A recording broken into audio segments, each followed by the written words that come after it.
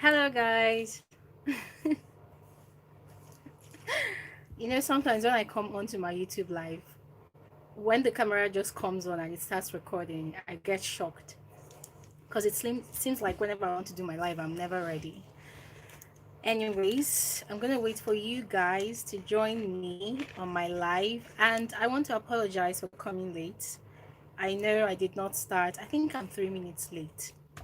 So I'm just gonna wait for you guys to join me before I start. Hello, Bunchy Crusoe. How are you? Welcome. So that person that just got here right now and gave me a thumbs up, and there's a second person giving a thumbs up. You guys are simply amazing. In your bongo tone, hi. Hey, Pop Salt and Culture, my sister from another mother. How are you? I'm always excited whenever I see you on my live. Rita Lorchi. Hi. Newton. Newton Ochuko. Hugs, hugs, hugs. You guys are welcome. Elsia. Elsia. Hey, hey, hey. Newton Ochuko is asking any update. Depends on the kind of update you're asking about. Michael Amadi Ramla Ahmed. Hi. Dorcas Ayavoro. Hello, darling. Hello, darling. Honestly, I could do this all day. You guys are simply amazing. Newton said, man needs money. No worry, money go come. Money go come. Worry online. Oh, you're based in Worry. Nice. Victoria Henry. Hello. I'm super excited to see you guys. Oh, let me not lie. Like, seriously, I am super excited. I am super excited. You guys are simply amazeballs. Okay, so let me wear my throat first, and then I'm going to start today's topic.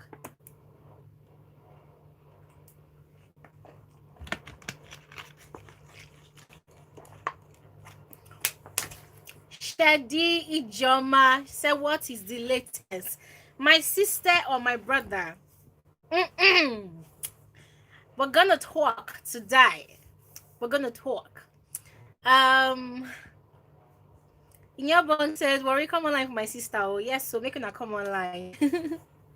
Michael Amadi says, the lockdown will affect your radiance. Nah, I've been taking a lot of vitamin C. I've been drinking a lot of water. So, coronavirus, lockdown, they have nothing on me. They ain't got nothing on me, brother. Ramla said, you look beautiful. Thank you. Thank you so much.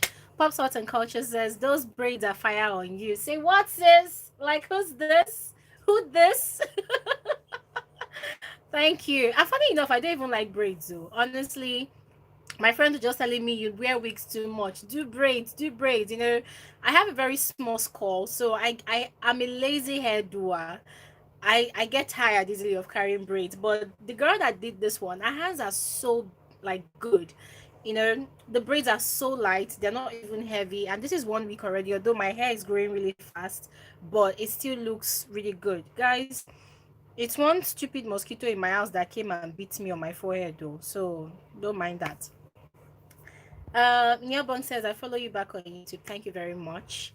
Super shiny new sister. Thank you very much. Okay, guys. To all of you that are watching me right now, I want to say welcome to my YouTube live. Yes, every time it's a Saturday, you know what it is. Like, it's a YouTube live with Frankie speaking with Gloria Elijah. It's a beautiful sunny afternoon. Not really sunny, it's looking gloomy, but also the weather is okay. So hopefully it doesn't get really dark like last week Saturday. The weather really messed up my life and my mood last week Saturday. It made it look as if it was night already, and I just had to rush and go and cook. By the way, guys, that afang soup I cooked last week, hey, that soup was amazing balls. The soup was so delicious, guys. It was so sweet. Hey, today I'm cooking another one. I'm cooking a dikai kong soup.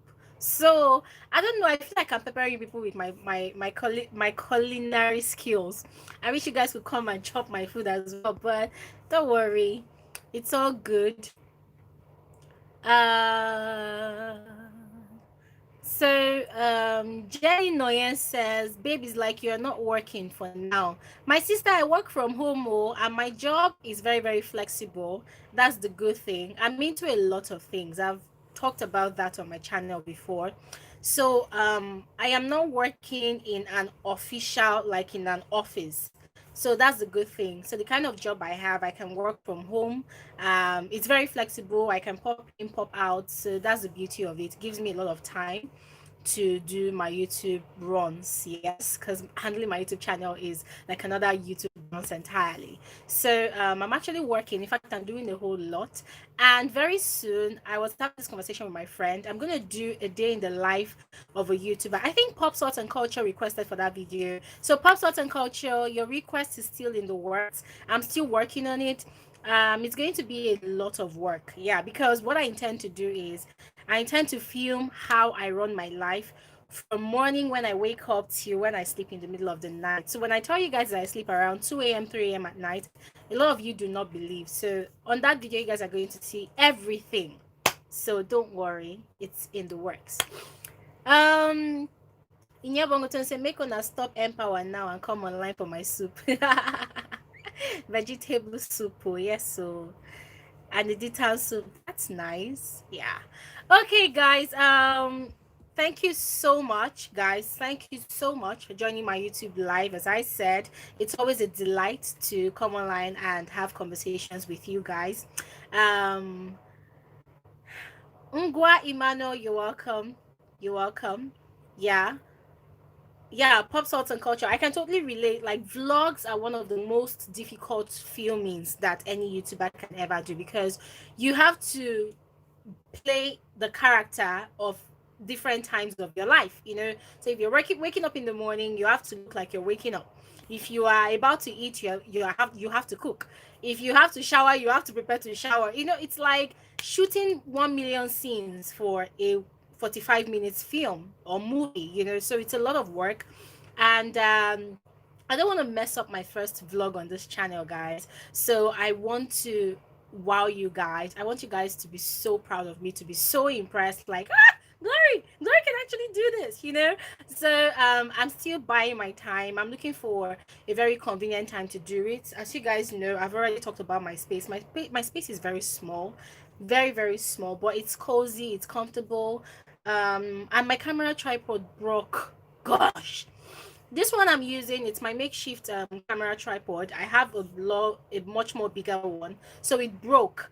Yeah, so I'm trying to get a new one. Once I get a new one, I have my digital camera that I'm going to use to film my vlog. So that's, by the way, guys. Let me not waste your time talking about me, guys. Let me talk about the reason why we are gathered here today. So, sisters and brothers in the Lord, I have been announcing for the past 2-3 days now that on today's YouTube live with you guys, I'm going to be discussing the role of social media in Hushpuppi'S arrest. Now, if you do not know who Hushpuppi is, don't worry. Just go ahead and enjoy this YouTube live. Contribute. Yeah, because almost everybody is on social media, right? Almost everybody has a social media account. So there is no way you will not be able to contribute to this topic. Okay, so just enjoy the topic, go with the flow. And afterwards, you can refer back to the last 3 videos or last 2 videos that I uploaded on my channel. You would hear and get all the information about what you want to know about Hushpuppi. But for the benefit of those who might not want to go through the long group of going through those videos much later, I'm just going to talk about a bit who Hushpuppi is. So guys, first of all, I do not know Hushpuppi one-on-one. I do not know Hushpuppi on a one-on-one basis. I know him on social media as one of those high living individuals. When I say high living, like he lives really large. Hushpuppi, he's very, very obvious. That's the best way to describe Hushpuppi. He is very obvious in size physically. He's very obvious when he speaks, when he talks. He's very, very obvious the way he lives his lifestyle. Hushpuppi is very, very conspicuous. That's the word, guys. Hushpuppi is large, literally, figuratively, and otherwise. Hushpuppi is large. How did I know about Hush Puppy? Guys, you know how you go on to Instagram Explorer and you are just searching for random content, right? Me, whenever I go onto Instagram Explorer, the kind of content I'm looking for is content that has to do with hair, because I've mentioned on my channel that I'm trying to, I'm in the process, I'm transitioning into going natural. I am already natural. As you can see, my hair is already natural. I have a very, very crazy 4C with very, very low porosity hair. So I always go onto Instagram Explorer to search for content that can help me manage my hair. Because guys, trust me, it's a lot of work. It's a lot of bloody work, but I'm enjoying the process. Right now, that was how one of those days, though. That was about 2 3 years ago. I was on Instagram Explorer, and that was how I stumbled on Hushpuppi'S post. And when I saw his post, and I'm like, okay, this guy, I like your sense of style, I like your swag. Let me go onto your page and see what you're on about. And that was how I went on to Hushpuppi'S Instagram page, and I saw things, guys, the things that my eyes saw. Mouth cannot explain. But guys, I saw a lot of grandeur. I saw a lot of flashiness. I saw a lot of beauty, a lot of flashy things. I saw, hey, Dupe Omiwade, oh, sorry, oh. She said, why is everyone not responding to my greetings? My head, who am I that will not respond to Dupe's greeting? Dupe, Emma Binu, Johnny Tori Oloro, Yine Kamimboku Yari said. I'm speaking Calabar for you. Dupe, I'm sorry. Why will I not see your greeting? For what? Dupe, you're absolutely welcome to my YouTube live. By the way, guys, if you guys do not know, Dupe is one of the first ladies of this channel. So please help me welcome Dupe. Dupe, you're highly welcome. Oh my god. Okay, let me just pause and use the opportunity to greet everybody. Hey, Abego. Pop sport and culture is saying yup, and filming it on your own is time consuming. Yes, filming a vlog on your own is very, very time consuming. Ifoma Cynthia, how are you? I am doing great. I hope you're doing great too. Inyabong said, seriously trying to register for NPower registration but can't. Just one connection with my CISO. My brother, don't worry, it will absolutely work for you. I'm very, very sure about that. Hamza Abdul Karim, hey, Big Daddy, you're welcome to my YouTube channel. That is another amazing fellow on my channel, guys. Like these people, every video that I put out, they are always commenting constructively. Thank you so much for joining my YouTube live. Rose Beggy, I'm looking good. Wow. Thank you. Thank you. Nyabongo Tone says cooking composition. Oh, Afang Editan. It seems like you are. Oh, you're actually from Akwa Ibom, from your name. The way you're actually mentioning all this kind of soups. Nice one. Pop Thoughts and Culture says a whole peacock. Oh yes, Hush Puppy is actually a big fat peacock. Like seriously, literally and figuratively. Um, Michael Amadi, how long is the chat? I am caught between this chat and going out for a business. Oh my gosh. Michael Amadi, this chat is going to last for 2 hours. Yes, 2 hours or more. So don't worry. Even if you can't stay for the whole of the 2 hours, every time I finish my YouTube live, I upload it to my channel for the benefit of those who were not chanced to actually join the actual live as it's ongoing now. So you can watch till whatever time that you can, and then much later you can catch up on my channel as it will be there for your, for your entertainment. Shady Joma is welcoming Dupe. Michael said Dupe welcome. All right, Trinity, brother in the Lord, you're welcome to my YouTube channel, my YouTube live. You said I'm greeting. Oh yes, so I'm answering you. You guys are giving me so much joy. You have no idea. Ellen Patrick, Glory, give me a shout out, Jerry. Yo, Ellen Patrick, what's up, sister? What's up? I don't give you shout out, Shebi. Delphine Wendy, greetings from Cameroon. No, we love you and Tasha so much. Wait. Why do I have this feeling that everybody on my YouTube live right now, they are all Nigerians? Because it's very typical of Nigerians, when they want to say something, when they want to greet somebody or answer something, they say, oh. So when you guys are saying, my greet, oh, and welcome, oh, you guys are sounding so Nigerian. I'm loving it. Shady Jama is welcoming Helen. Shady, in fact, I bestow upon you the role and title today of assistant greeter and welcoming party, because you are doing a great job at helping me to welcome everybody. Dupe says, thank you so much, Glory. Thank you, family. Thanks for joining me. You're all amazing. Dupe, you're simply amazing as well. Nyabongo tone, that is wow. That is wow.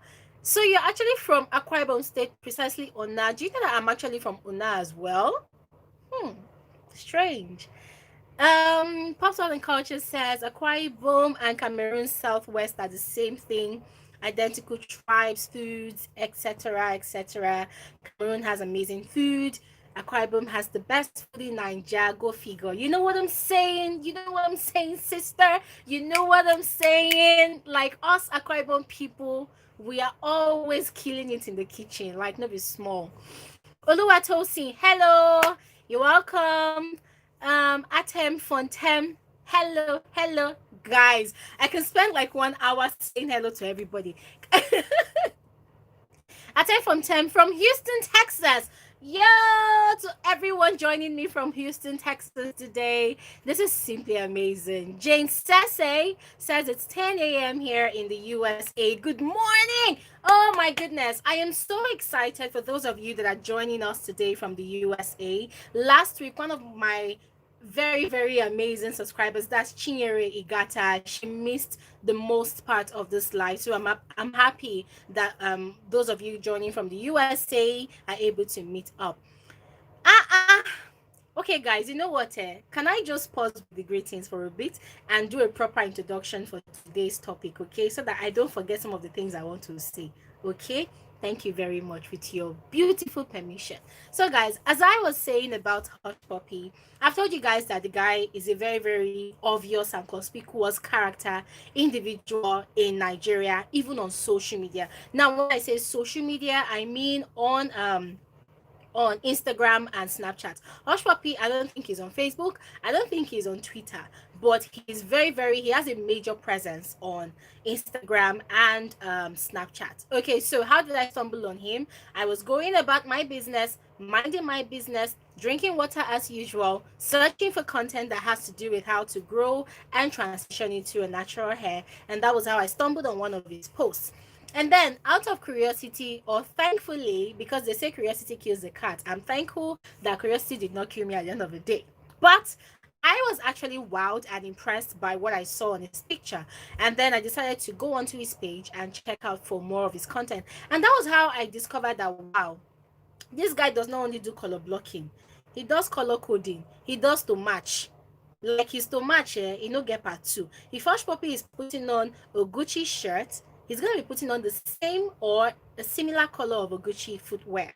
If he's going to be putting on a red color of shirt, he's going to be driving a red car that day. So I found it really interesting because, guys, come on, everybody is a lover of beautiful things. I love the good life as well. And I always appreciate when I see content on social media, that has to do with the good life and all of that. So when I saw Hush Puppy's page, I'm like, okay, guys, what is the deal on this page? What is the deal? And one way or the other, that's how the internet works, right? When you are searching for something on Google, somehow when you go onto Instagram, that thing you're searching for on Google, I think it's called crawlers, internet crawlers, right? It's going to one way or the other find itself to Instagram, and it's going to be showing their faces in your timeline. And sometimes it's strange, but the world is evolving so fast. These things are actually happening.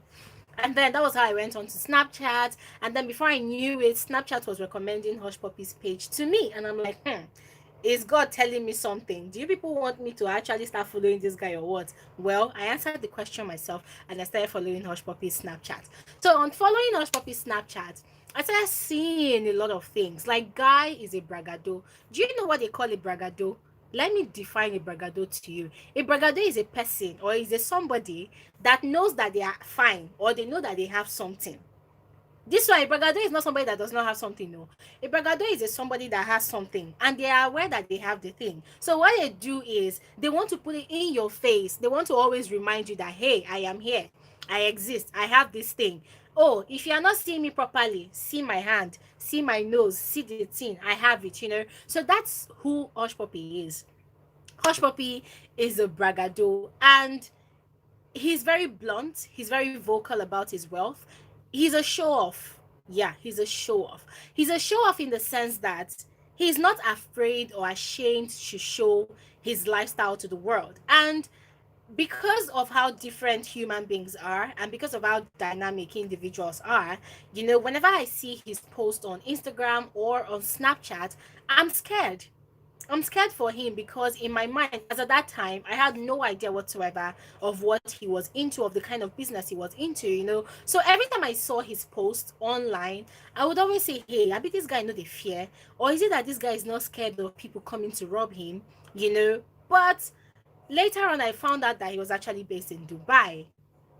And then whenever there's the latest car, Hush Puppy has bought it. Whenever there's the latest this, he has bought it. And he's always putting it online. So whenever he wants to go out, right, he's going to take I think he has somebody that actually holds his camera for him because this guy has liberty. Like his two hands are always free to do whatever he wants to do. So when he takes you to his closet, he's going to show, like there was a day he did a tour of his closet. Like, guys, I'm like this.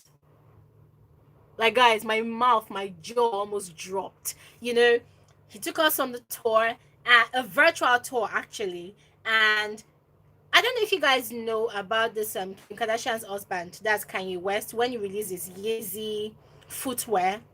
I think there was just about a limited number. It was a limited edition. It was a limited number of it. Guys, Hush Puppy ordered for her. Gucci produced about, I think, 100 pieces of a cloth.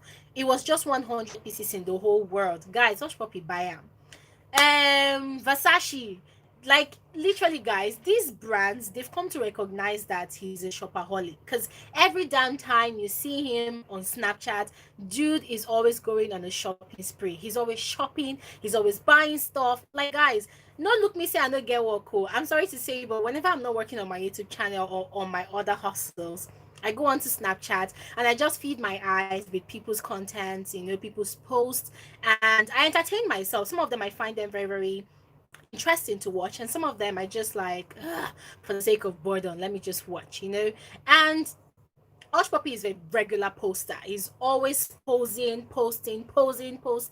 If he buys the latest Rolex wristwatch, he puts it like this. If he buys the latest maybe neck chain, puts it like this. So his Snapchat account was literally keeping up with Hush Puppy. Like, this one is not even a matter of the edit. There's no editing. As they happen, as soon they put them. So now that I've given you guys a background as to how I stumbled on Hush Puppy's social media pages and how I got to know about his lifestyle, let me pause for a minute and welcome the rest of you to my YouTube live.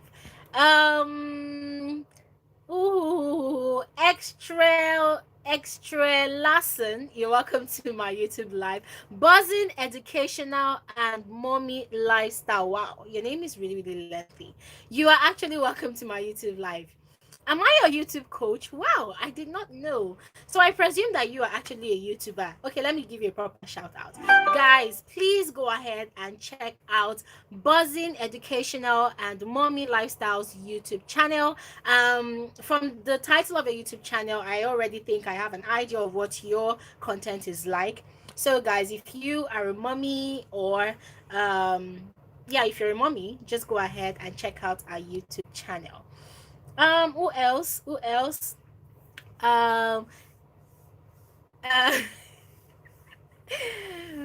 Vic Rims Arim Benz. Wow, gosh. Oh, from Belgium. Okay, you're welcome to my YouTube live. I was wondering where this person's name is coming from. I don't know. Aaron Trinity says, Glory, you're really glowing. No, pass me some glow because guys, I'm gonna give you guys a tip of what makes me glow every day. Like what makes me glow. No be cream. Oh.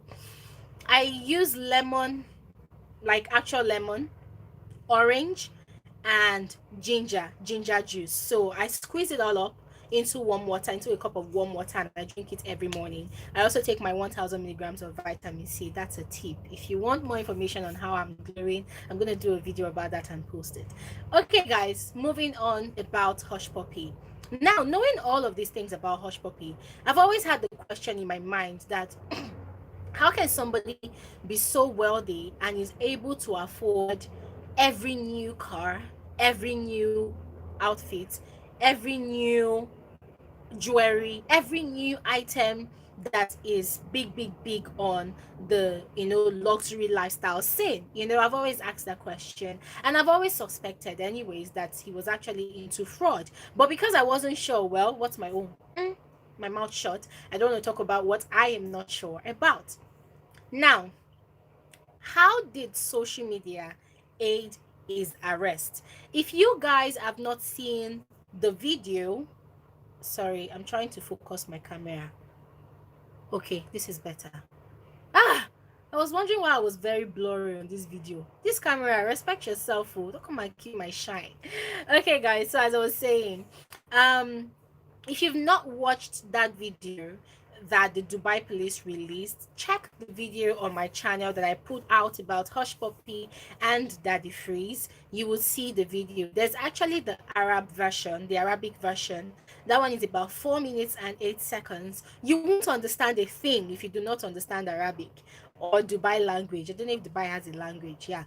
But if you want the English version, it's actually on that video that I put out. So guys, do well to watch that video and you will, hear what they said in that video. Now, when I watched that video by myself, one of the things that actually caught my attention wasn't even the fact that the guy was into fraud. He's the ringleader of a team of 10.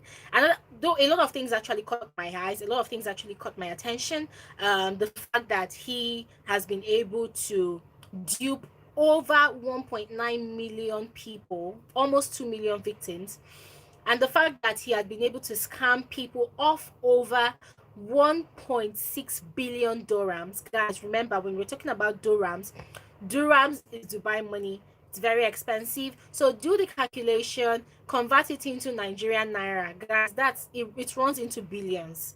Yeah. So do all the calculations and then you understand why people are actually wild, people are upset, people are pissed, people are angry about the whole situation. But what actually caught my attention the most in that video that the Dubai police actually released was the fact that they said that to catch Hush Puppy, they've been on his case for months, they've been trailing him, they've been monitoring him, and most especially, they've been monitoring his social media accounts. Hey!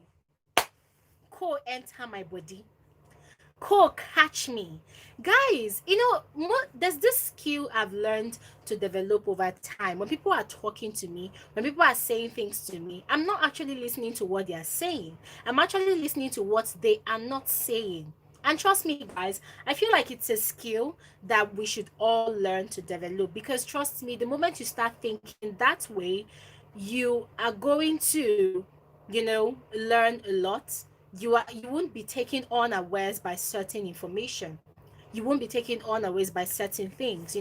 So when I was watching that video, what was just ringing in my head was, so these FBI people, they've been tailing this guy's social media account, they've been monitoring all his posts, they've been monitoring everything he has been saying, they've been monitoring his lifestyle via social media. They've been paying attention to the things he has been saying, because I'm sure they did not have any intel, they did not have any bug in a circle.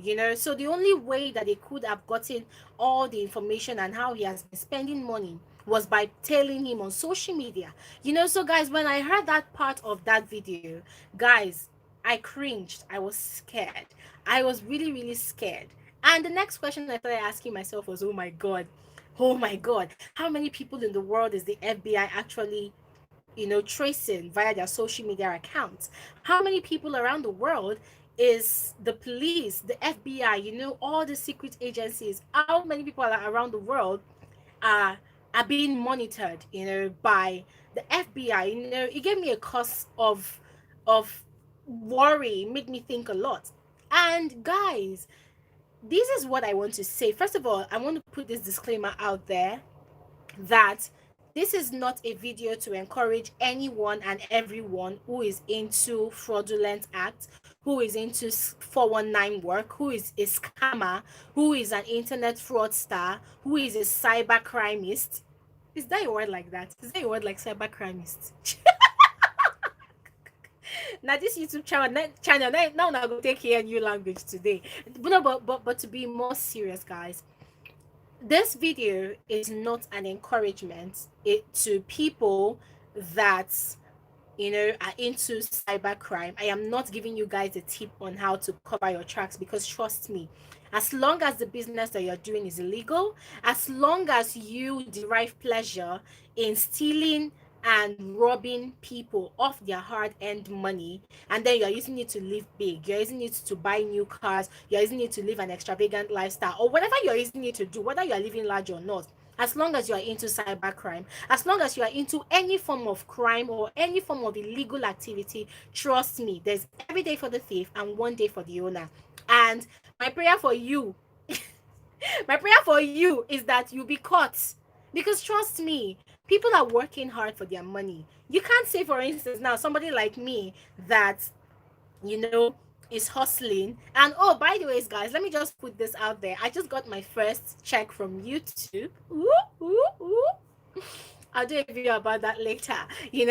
But you can't say, for instance, now for someone like me that just got a first check from YouTube, even though the money is not that big, I put it in my account, and then somebody from somewhere that does not even know my story, that does not know how I have been putting in a lot of work, a lot of sleepless nights, a lot of struggle into growing my YouTube channel, and then earning just a few dollars, you're coming to come and scam me of that money. I go naked swear for you. I dey tell you, I go comot all my clothes, comot my braids, cut my hair, I go naked enter road, I go swear for that person. No, guys, but to be more realistic, like, I can't imagine, somebody ripping me off my hard-earned money. Person no dash me money. Oh, I work for it. I spend long hours working for my money, creating content, doing what I do, not just with YouTube, but every other way. So imagine somebody with their laptop and their pakulowe phone, they now sit down in one place, they now sit down, they are using coding programming to come and rip me off my money. Not be only me go swear for you, my mama go follow naked swear for you, and it will catch you.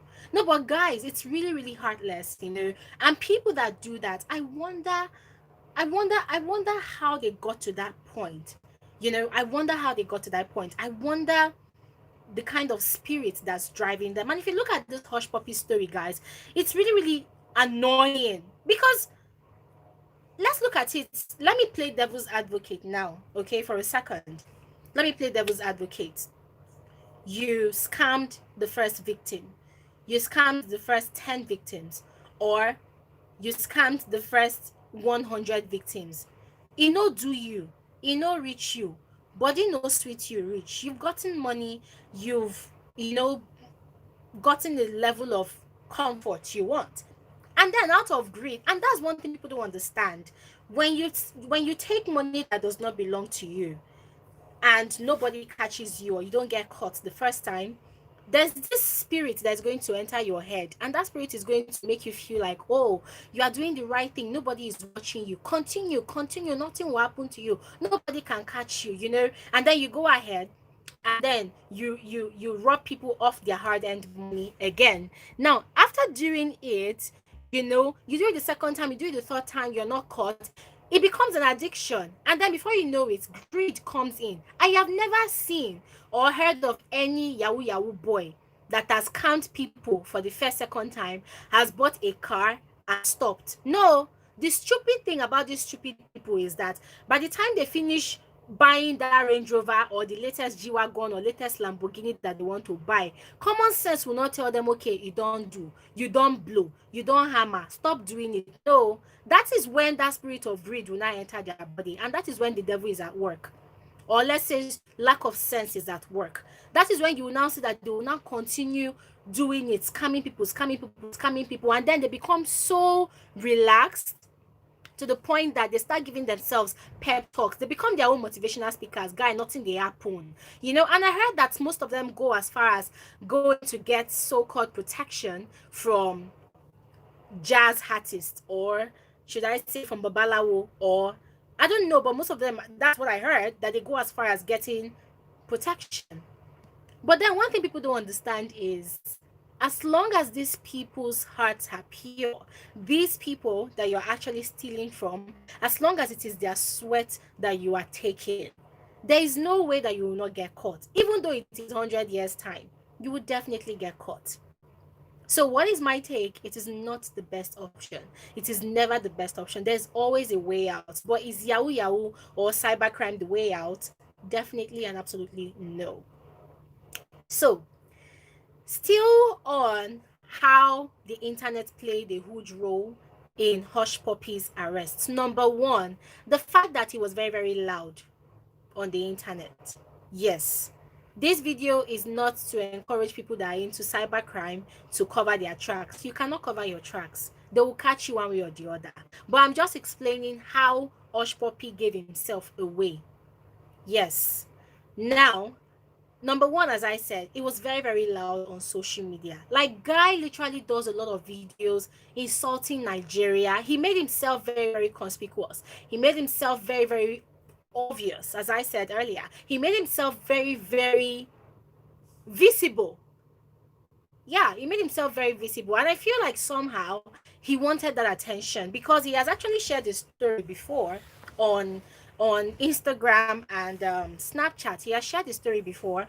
And when I heard the story, I was actually touched by his story. But then in my head, I was telling myself that no, there are people that are actually going worse than you, Hushpuppi. So you are not the first human being on the face of the earth that has actually soaked Gary in his house.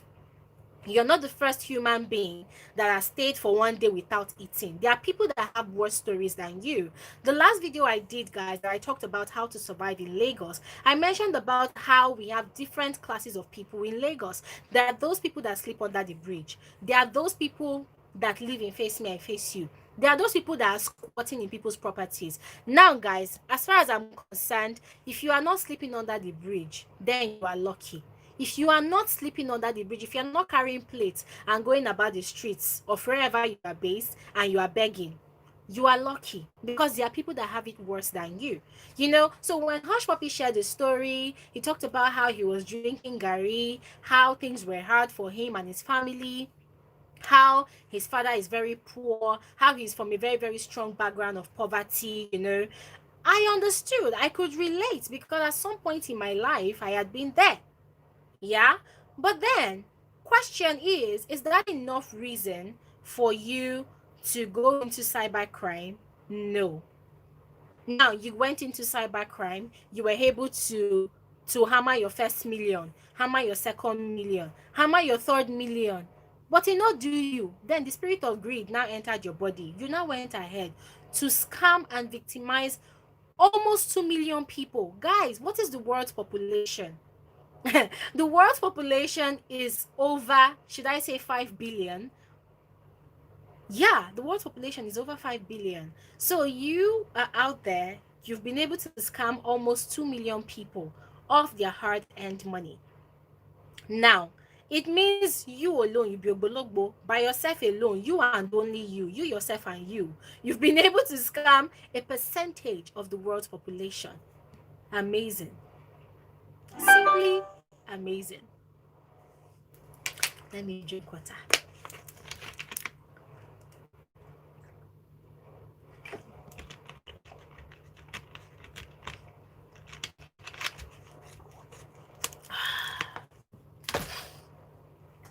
So guys, as I was saying, you know, so as I said, number one of how social media played a huge role in Hushpuppi'S arrest. Number one, he was very, very loud. He was very, very conspicuous. He was very, very obvious. He was very, very arrogant as well. Anybody, like, I don't know him in person, guys, so I don't know if he's actually arrogant in person, but on social media, guys, Hush Puppy was very, very arrogant. He was very, very proud. I cannot lie about it. Like, guys, it's very obvious. He was very, very proud, and there are some of his videos that I watch and I just ask myself, like, guy, hide yourself, hide your face, like, guys, he made it really obvious. And there were a lot of times that it came off as bragging. There are times that he would do videos and he would say that he's never coming to Nigeria, nothing can happen to him, the Nigerian police cannot come and arrest him in Dubai, things like that. And when he makes statements like that, I just tell myself, like, guy, you already know that nobody is sure of your source of income. So why don't you do yourself the good of hiding yourself? Why don't you do yourself the good, the favor of not even talking self? Just stay where you are. Okay? We in Nigeria, we don't know how you're making your money. So wherever you are, just stay there, hide yourself, enjoy your money in silence, enjoy your money in peace, enjoy your money quietly, make we hear word. But no, dude chose, he chose his fate. In fact, in my opinion, guys, I feel like Hush Puppy literally sealed his fate. I feel like he literally put himself out there, and it happened that he by himself single-handedly gave the FBI in Dubai all the information that they needed about him, and they used that information against him, and it backfired. As I said, guys, this is me playing devil's advocate right now. Okay, I am not in support of whatever Hush Puppy did. Yeah, but this is just me trying to let you people know about how powerful social media is. And that is what brings me to my next point, guys. Social media is so powerful. I've said it a number of times on my channel. There are a lot of times some people wake up in the morning and then they just go onto social media and then just post whatever they want to post. But what I don't realize is that there are some people that are called internet crawlers. Yeah, no offense to anybody. I am also an internet crawler, so let it not seem like I'm actually throwing shade at anybody.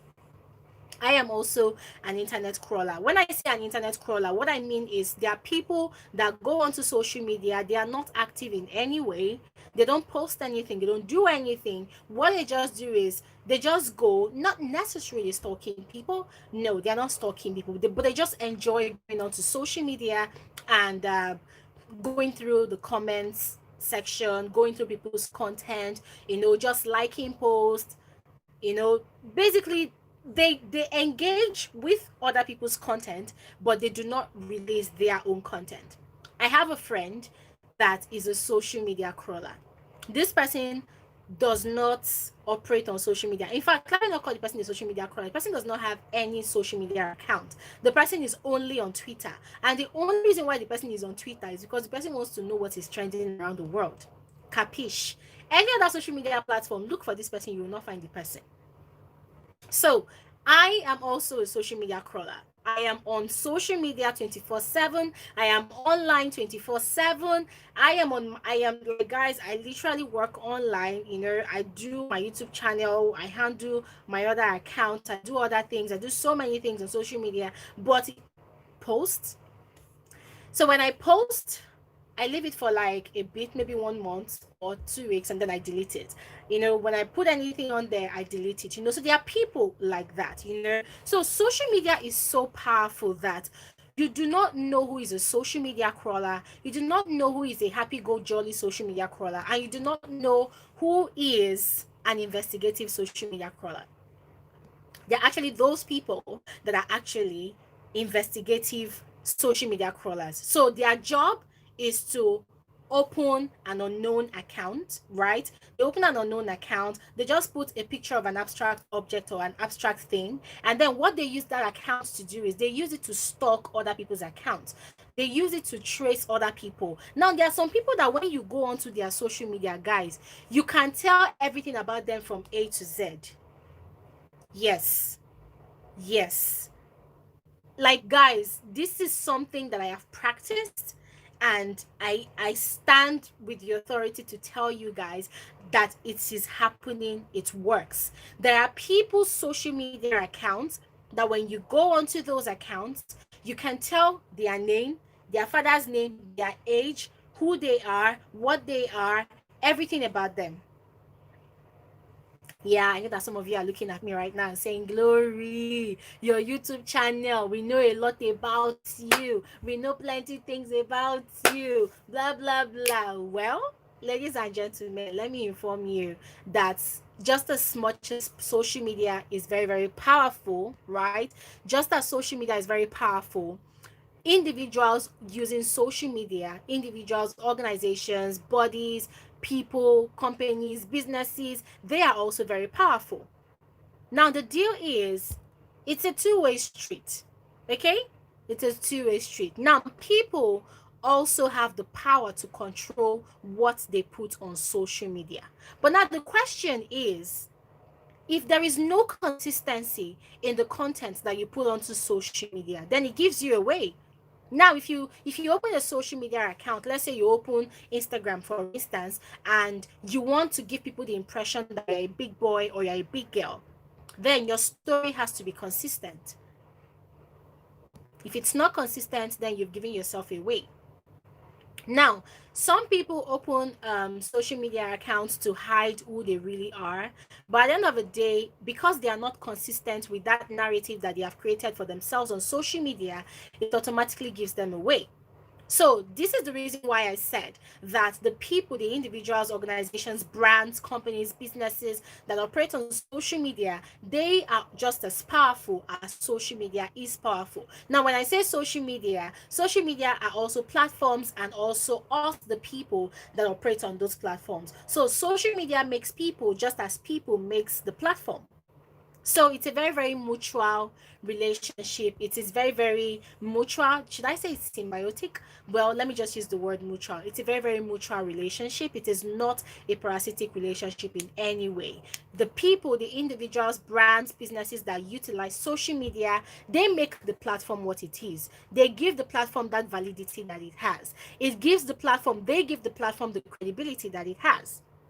Yeah, and that is why I said it's a two-way street. So, for Hush Puppy's social media content is very consistent.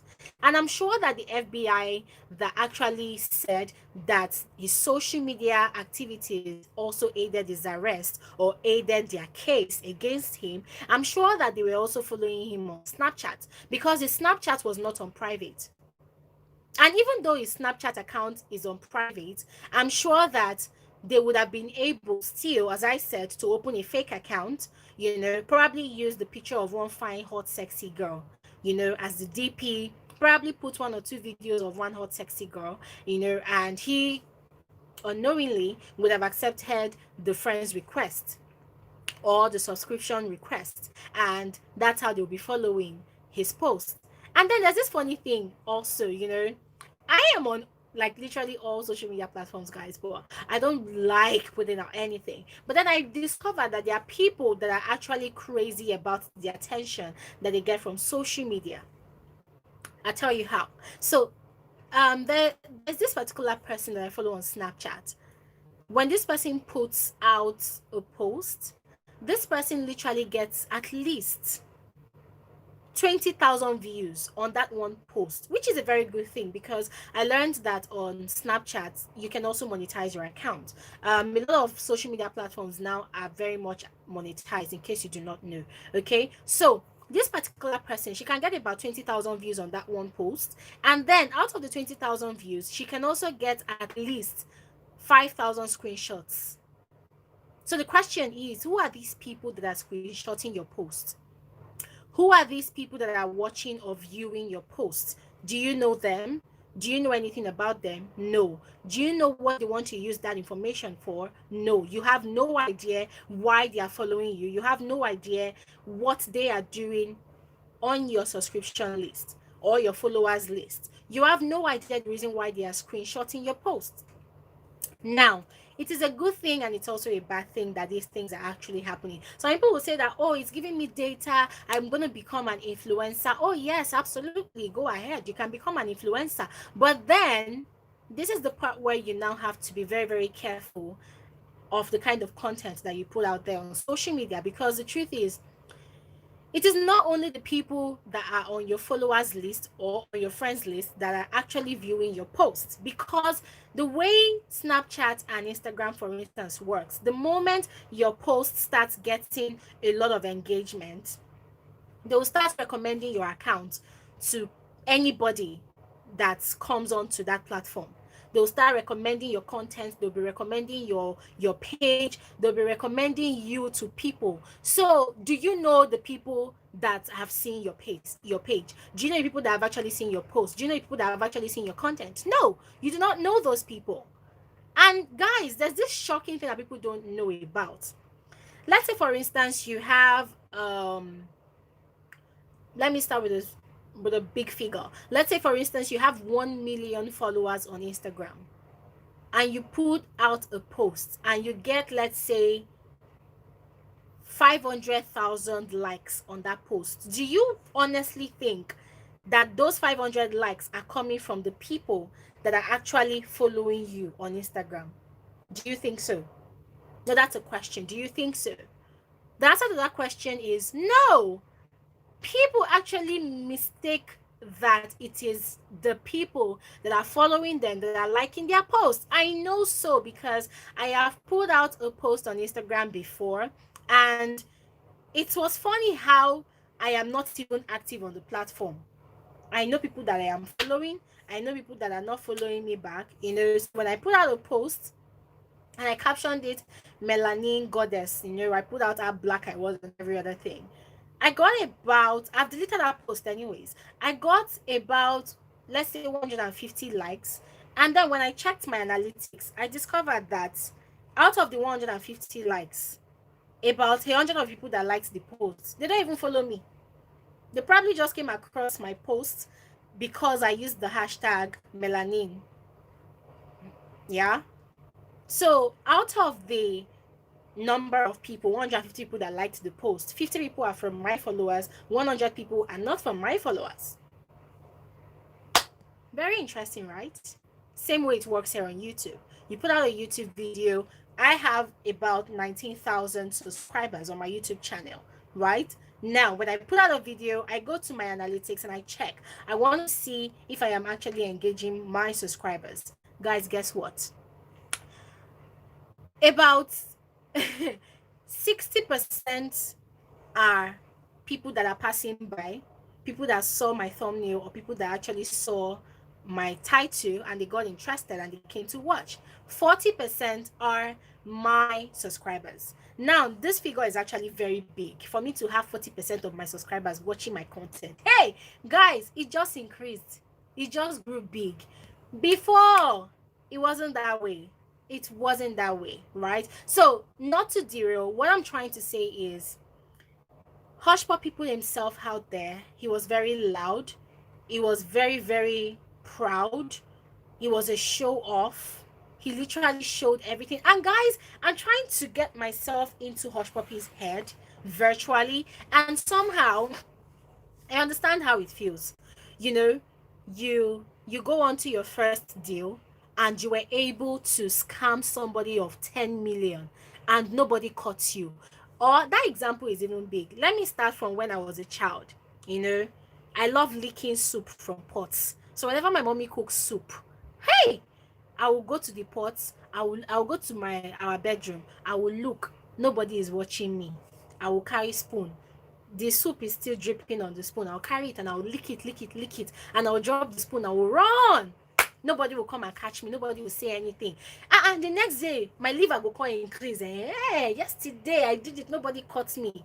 I will go again. The next day, I will go. This time around, I've graduated though. I've graduated from licking spoon. This time around, what do I want to do? I want to lick the cover of the pot. You know when you use the cover of pot to cover a pot of soup that is filled to the brim, the soup is going to rub, the sides of the pot and the cover of the pot. Me, I'll go and carry it.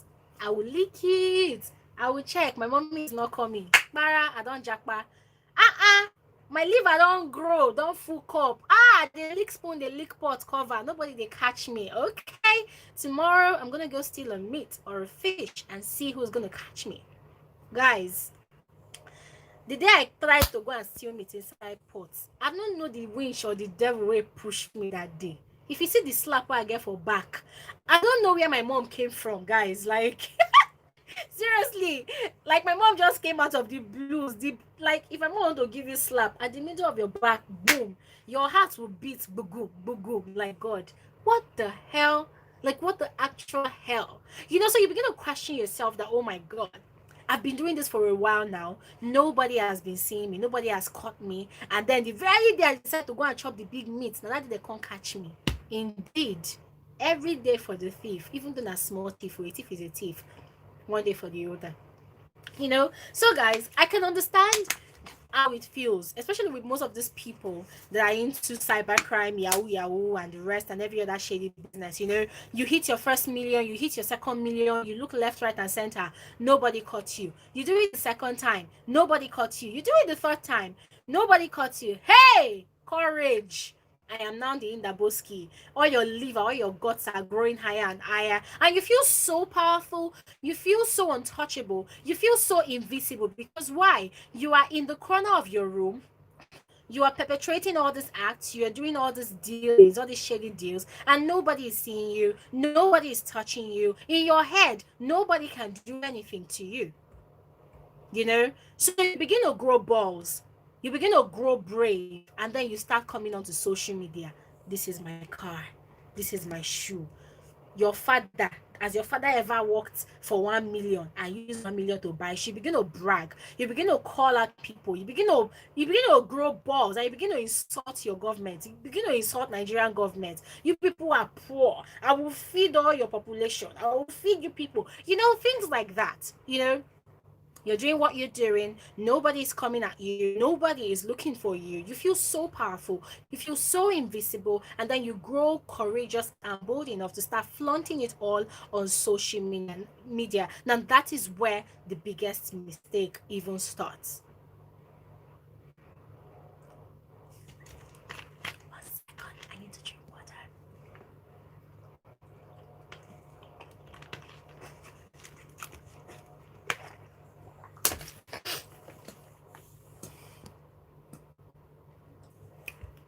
I'm going to take a minute or two now to attend to you guys' comments.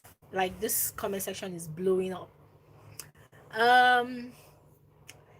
Ellen Patrick says, I am watching all the way from United States of Adamawa. Helen, I actually served in Adamawa State too. How far now? How is Jamaica? How is Horelete? Horelete. That was where I lived. So I hope you're good. Dupe says Ekpan Kuku level. My sister, I don't know how to eat that Ekpan Kuku. I don't even cook it. I don't like it. I feel like it's too mushy for me. Extra Larson says, so Glory, you are Iniedo's sister, Akwa Ibom girl. My dear, I heard that Iniedo is also from Una local government. At some point, I even heard that she's from my family's compound. I don't know. John or Joy John says, love you so much, Glory, from Russia. Oh my goodness, Russians, you guys are welcome. You're welcome to my YouTube live. Joy John says, greetings to Vladimir Putin. Who is that one again? My sister, I don't know. Ifunaya Okonkwo. Hey, Ifunaya, you're welcome. You're welcome. Oh my God, I didn't even see you earlier. Grace Peace! Woo! Grace Peace, I am so excited. Like, for 2 Saturdays now, guys, Grace Peace has actually missed our YouTube live. Oh my God. Grace Peace, I am so happy that you actually made it today. I'm super excited. Welcome, girl. Chiwendu Catherine says, Glory, you are doing well. I love you. I love you so much back, girl. Thank you so much. Dorcas Ayavoro says, you're on point, girl. Thank you so much. Pops Art and Culture said, please thumbs up the live stream, people, if you enjoy the commentary. Thank you so much, girl. You're always rooting for me. Thank you so much. Guys, I've said this before on my channel. Pops Art and Culture, our content is deep. Our content is dope. If you're one of those people that likes thinking outside the box, then you need to definitely check out our YouTube channel. It's called the same thing, Pops Art and Culture, guys. Check her out and you will thank me later. Nya Bongo Colin, thank you so much. Love goes to you back. Adora, baby girl, you're welcome to my YouTube live.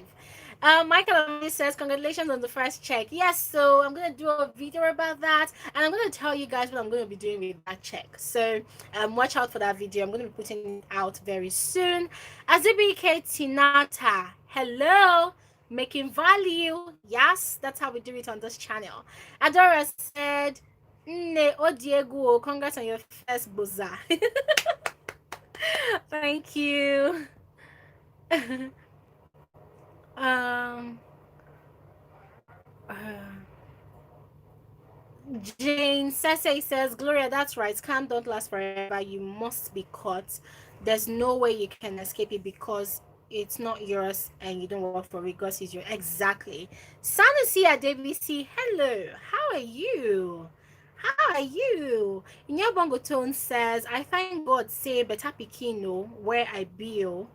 Now, so one person here being once pressurized me to do it when I arrived school newly. Please, if you are a student and you're in university or secondary school or even primary school, because these days even children already primary school, they I don't care, and people are encouraging you to come and do scam, please avoid it. The latest one I even heard now is that girls now whose boyfriends are into 419 business, they now use the girls as ringtone. When I say ringtone, I mean the voice. They talk to some white men, and then their girlfriends, they use their girlfriends to be the ones to talk to those white men. Ladies, please do not put yourself in harm's way. Do not endanger yourself. Gentlemen, please do not put yourself in that kind of situation. At the end of the day, listen, you're going to enjoy the money, you're going to enjoy the clout, you're going to enjoy the luxury, the comfort, but the day the law will come calling, that day nobody go there to serve your jail term with you. You're going to put out pictures on social media. People are going to hail you. Hey, Odogu, na you the rain. No, you see those people that are cheering you on. Eh? At the end of the day, when you are caught, they are going to go into hiding. Why? Because they don't want you to involve them at all. Look at Daddy Freeze. I'm going to say it again. I did a video addressing Daddy Freeze Instagram live. He did an Instagram live insulting people that were asking him to address the Hushpuppi matter. He had two ways about it. One, he could have chosen to ignore what people were saying. And number two, if he was going to address it, he should have talked about it in a very decent way. No, he did an Instagram live and he spent a whole 12 minutes insulting people that were asking him questions about Hushpuppi, right? And then he did another video and posted it on his Instagram, clearing his name. He took out time to explain that, oh, I am a radio OAPO, I am into radio presenting, I provide services for this. I mean, it was so obvious that dude did not even want to get himself into trouble. But this was the same person that was hyping Hushpuppi, that Hushpuppi is the realest G. Hushpuppi has done so much for me, more than any other person, any of you saying bad things about him has done for me. He was even saying that Hushpuppi is the most humble person, things like that. Guys, seriously, this just goes to show you that, listen, when you're into all this kind of shady businesses, you see those people that are cheering you on, when they catch you and they give you penalty, everybody go wrong, go hide their face. Nobody wants to be caught in another person's mess. Nobody wants to start drinking Panadol for somebody's headache. Those people that were cheering you on, when they catch you, when the law and hey God, I won't speak bad grammar now. I wanted to say when the law catches up with you. I wanted to say that, and then in my head I'm thinking when the law cuts up with you. Guys, that's bad English. When the law catches up with you, all those people that used to cheer you on, bros, now you, bros, I hope to be like you someday, they go jackpa, they go run, they go hide their face, because trust me, nobody wants to be caught in that kind of situation at all. So Jane Sese says this is a lesson to those wanting to live a fake life or joining the scam group to think wise. Absolutely. This is a message, a very, very strong message from the Dubai police, from Hushpuppi'S situation, from the stables of Frankly Speaking with Gloria Elijah, guys. Listen, there is beauty, there is beauty in enjoying your own sweat. There is beauty in enjoying your hard work. There is beauty in working hard for yourself, running your own hustle, and spending your own money in your own way. Guys, seriously, all of that. So, guys, do not allow anybody to put you in any crazy situation.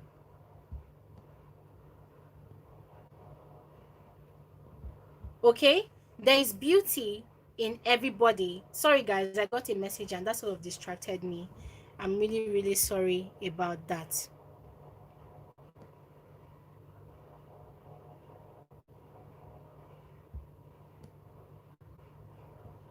Okay, guys, yeah. So, as I was saying, there's beauty in you, working legitimately, doing things for yourself, right? And enjoying the fruit of your labor.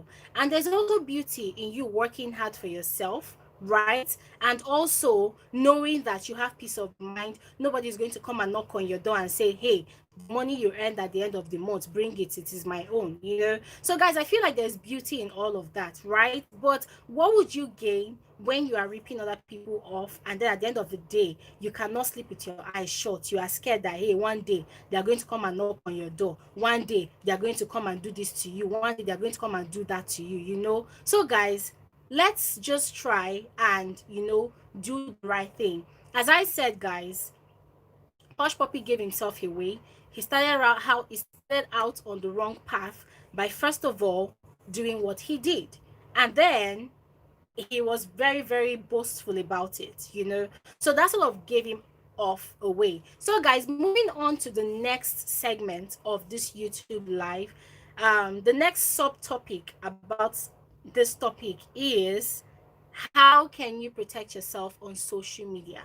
Now, I know that some of us, we enjoy putting ourselves out there, making ourselves visible to the viewing public and all of that, putting out content, putting out things about our lives and all of that. I know we do that, but I feel like just as social media has the power, right, to retain information about us, I feel like we also have the power to also control the sort of information that we put out there about ourselves. Let us not expose ourselves unduly. Let us not expose ourselves too much, right?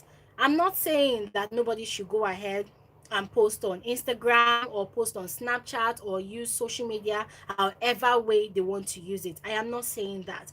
But guys, while we are doing it, I feel like we should be very, very careful, because the truth is we do not know who is watching.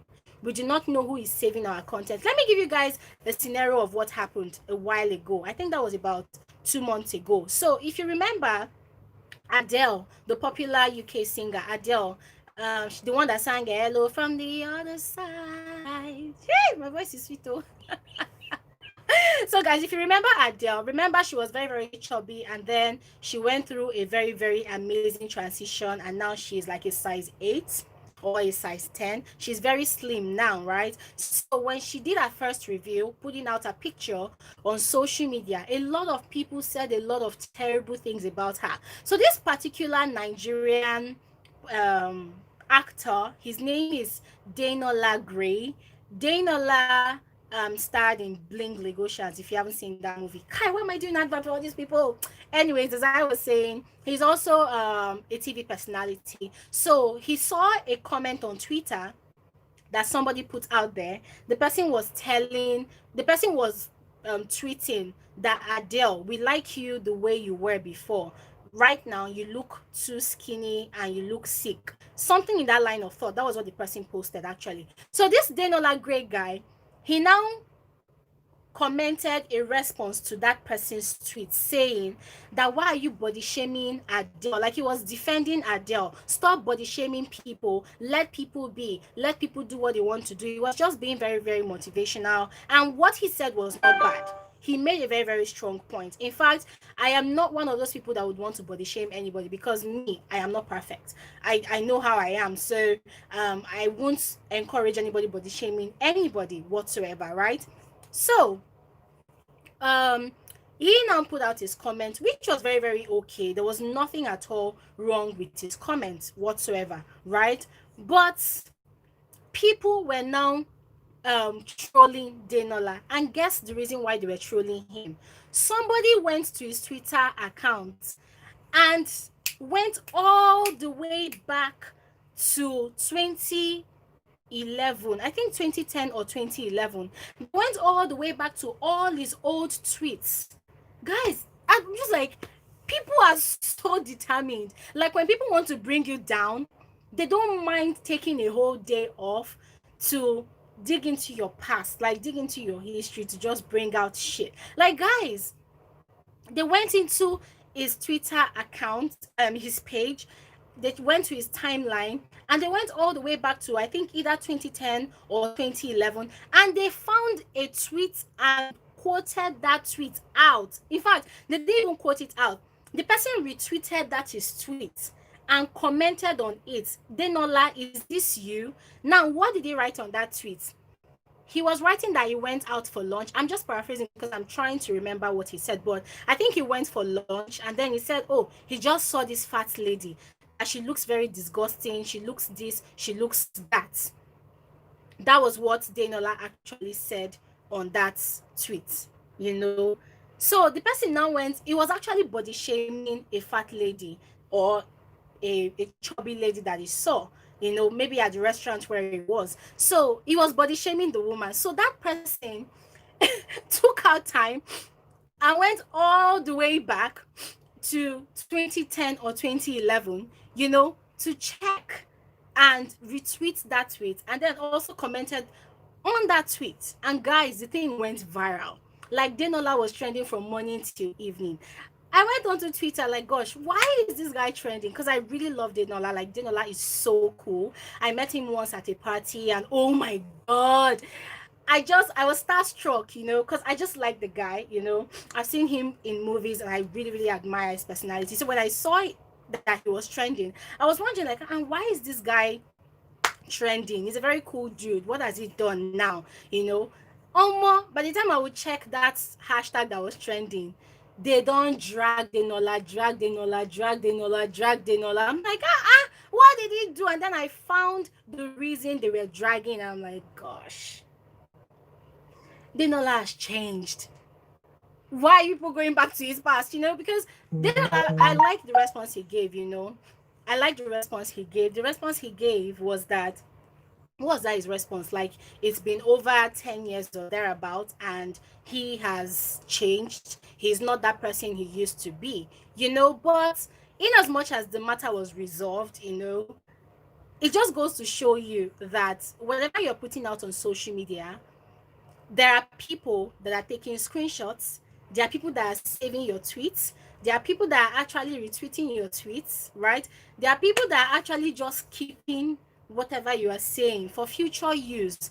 These people, some of them don't even know why they are keeping it to, but in their minds, they just have this very strong belief that one way or the other, one day, there will be a very, like, there will be a legit need for them to use that information that they have about you.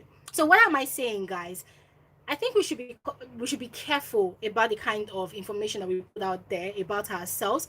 We should be careful about the kind of narrative that we are creating about ourselves for people to see. If you're going to create a narrative about yourself, I feel like we should stick to that narrative. I feel like we should actually, you know, be consistent with that narrative. If you do not want people to know something about you, then don't even start, you know. Social media is a very, very fun place to be. It is a very, very entertaining place to be. It's a very, very amazing place to be. But then, if you're not careful, social media could make or mar you. Now, look at what happened to Hushpuppi. I mean, it's a huge lesson for everybody. Another point I want to make is, you see the people on social media, I'm just gonna say this anyways, you know, you guys know me. I like saying my own thing as frankly as possible, you know. You see those people on social media, they just see them, just see most of them as a virtual family. They are going to support you. What, maybe you want to go into a business, possibly they might support you. They might cheer you on, they might be your best friend virtually, but don't expect more than that.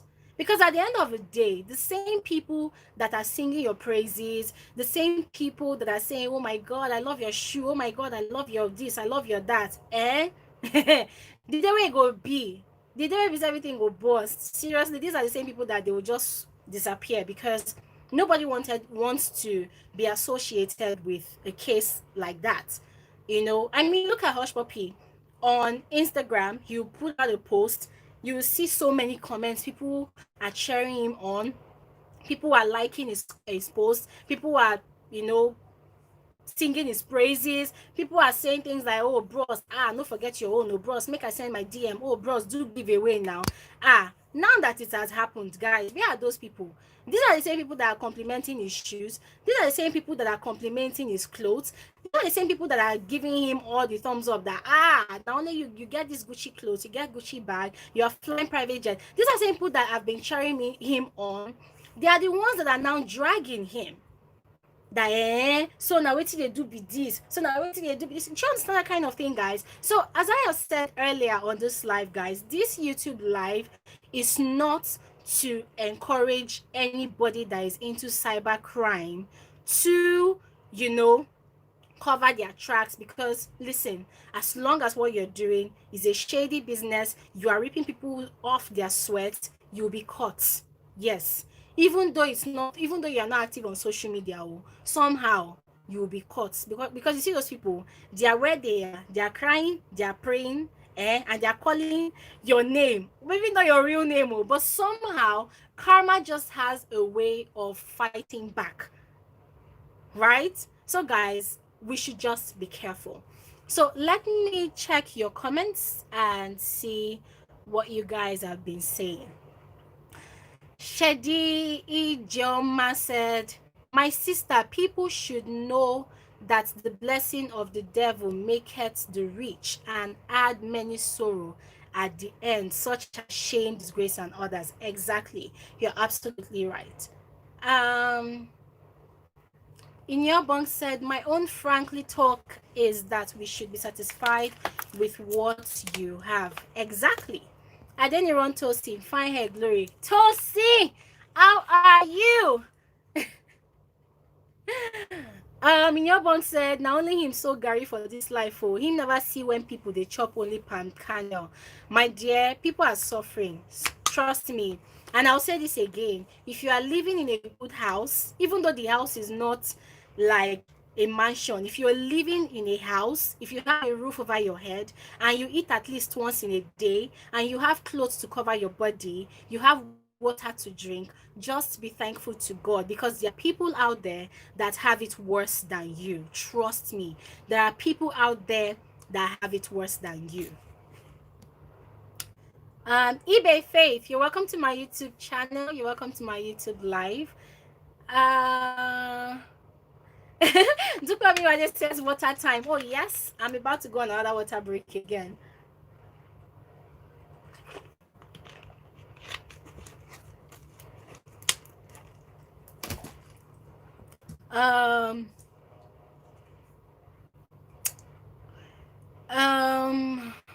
Yeah, Adeniran says, I'm investigating you soon, Glory. I need to know the source of this you're glowing. That's a good one. That's a good one. Tosi, drink lemon juice, mix lemon juice, natural one, oh, not the one they sell on the shelf. Natural lemon, natural orange, and ginger juice. Blend the ginger or grate the ginger and squeeze out the juice, mix it all together, drink it. That's what I'm drinking. It's very good to boost your immune system, and it's also a very, very good source of vitamin C. So it will make your skin glow. It will make the insides of your body very, very, healthy. Your immune system will be great, and also it will help you digest food very well.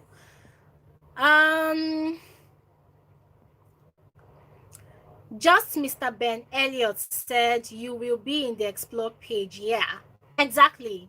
Yeah. Grace Peace. Ramatsun says just got here. Oh. Why is everybody using oh today? Okay, you're welcome. You're welcome. Ramatu said, "What's going on here? I just got here." Okay, dear, I'm actually talking about social media's influence on Hushpuppi'S arrest. How social media helped the FBI to arrest Hushpuppi. That's what I'm talking about, and I'm also giving you guys some advice, if you want to call it that. I'm giving you guys some advice and some suggestions on how to control your content on social media. Okay. Let me see. Um, I think you said Licky Licky. Who is Licky Licky?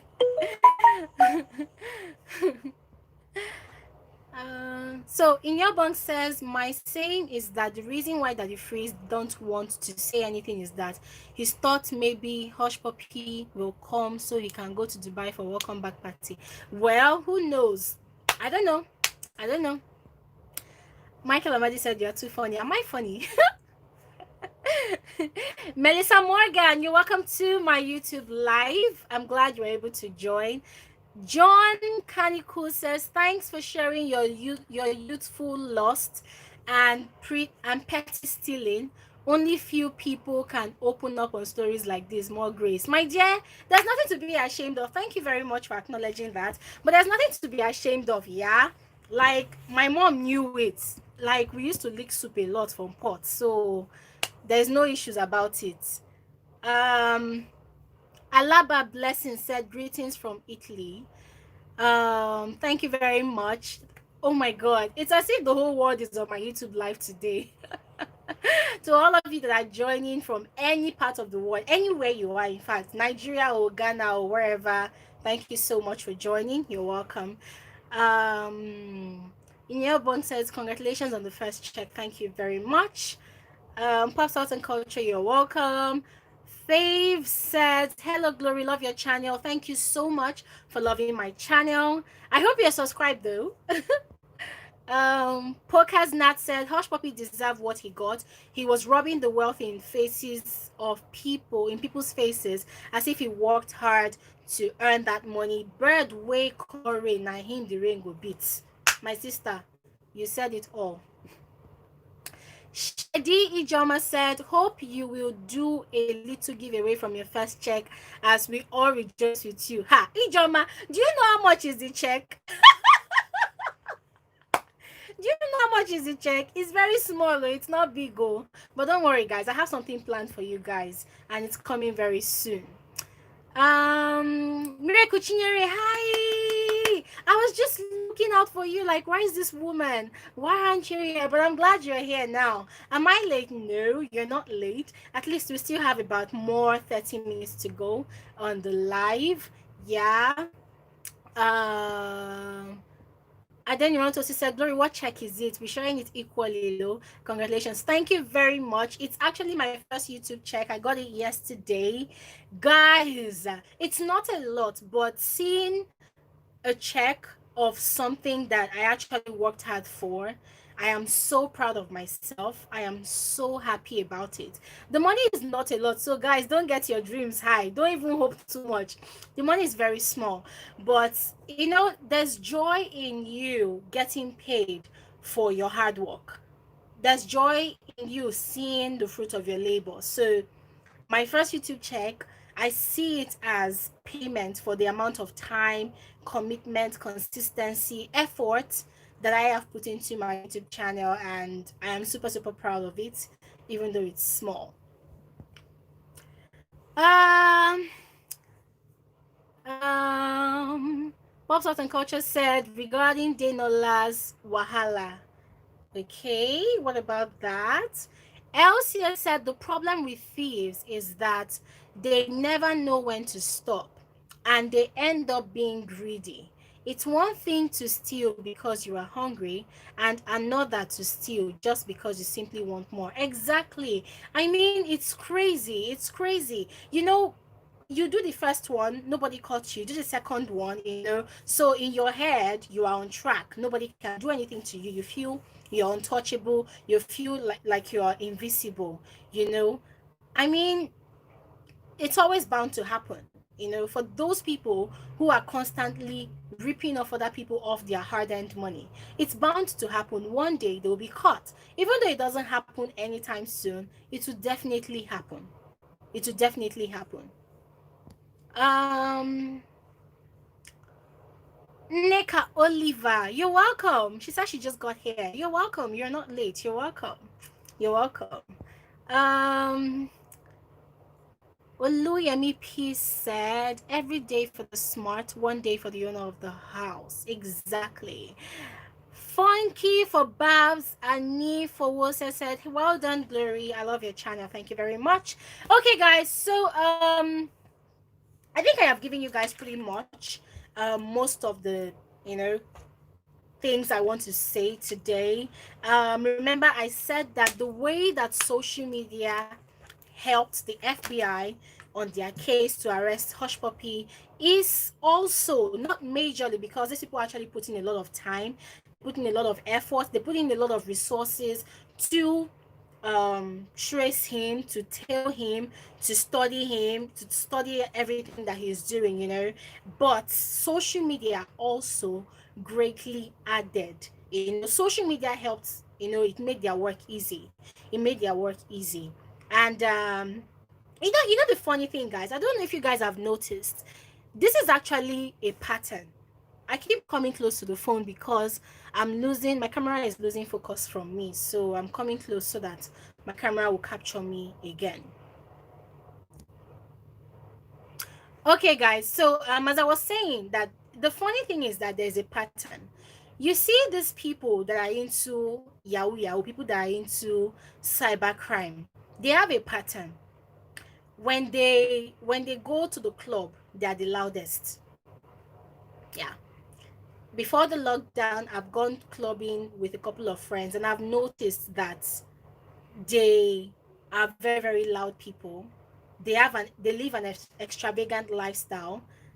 They live an I don't care lifestyle. They live a very, very arrogant lifestyle. Yeah, I don't believe that those people are humble. I'm sorry to say, but anybody that is into cybercrime, that is actually stealing money from people, I don't believe that they are humble. No, no, no, no. They are just basically very loud, and they are show offs. And the question is, you know that you are doing what is not right, so why are you putting yourself out there? Are you trying to brag to the people that you're stealing from that, hey, I'm stealing your money, I'm using your money to live large, there's nothing you can do about it, you can't do anything about it? For me, it doesn't really make sense. And that is what a lot of these young boys are doing these days. These young boys. And guys, something happens today that got me really, really sad. Once again, the FBI, they released a list and images of 49 criminals. 49 criminals involved in cybercrime. Again, and guess what? Out of the whole 49, 6 of them are Nigerians. Now, it seems as if these 49 people, they are actually a network of individuals that are into cybercrime, right? Now, the FBI released this video, this long list, and only 6 out of the 49 are Nigerians. The rest of the others, they are from different nations of the world, different nationalities, different nations of the world, right? So, it got me really sad when the headline of that news, the caption of that news was that, please though, they are looking, that people should look at these pictures very well, that they should help them fish out these criminals. Guys, I was so ashamed. I was so ashamed. I was so ashamed because I felt like, oh my God, look at what has happened now. And people like Hushpuppi, people like, is it Invictus Obi, the other guy that was actually arrested in the US, coupled with other Nigerians for cybercrime, Look at what people like this have done. And the sad truth is, guys, We have our brothers and sisters out there. We have Africans, we have Nigerians who are living in the Western world. These people are hustling legitimately. These people have legit jobs. These people have legit businesses that they are doing. But because of what these other people who are so greedy, because of what they are doing, you know, the police out there, the FBI, what they are seeing are, oh, Nigerians are scammers, Nigerians are 419ers, Nigerians are criminals, Nigerians are this and that. So when I saw that post by the FBI today, guys, it dampened my spirit. I was very, very sad. I felt really sad. I felt really bad for us Nigerians. And I'm like, now, these other people that are out there that saved up their hard earnings, their hard earned money, and then they bought tickets or won visas or got visas to go and work and study abroad, or possibly work abroad or just relocate abroad. Now, because of all these things going on, oh, they arrested this one today, they arrested this one tomorrow, because of all these things going on, what do you think the law over there will now start thinking? They will now start thinking that it is all Nigerians that are abroad that are criminals. And it's not good. I mean, these people are literally ripping apart the good image that most Nigerians have abroad. That's what's happening. Imagine a whole FBI releasing a press release, a statement that, oh, they should help them fish out these 6 Nigerians. Out of a list of 49 people, 49 people are tagged as criminals. But because 6 of them are Nigerians, the other ones now, they don't matter anymore. They are now focused on the 6 people who are Nigerians. Like, guys, this is what is going on. This is what is happening. And it kills me all the damn time that these so-called one kobo criminals, Yahoo boys, they are not even bothered. Oh, in their minds, at the end of the day, after they hammer, after they catch their first mugu, they will buy tickets, they'll go to Dubai. And I don't understand why all of them are running to Dubai. What is in that Dubai? What is in that Dubai?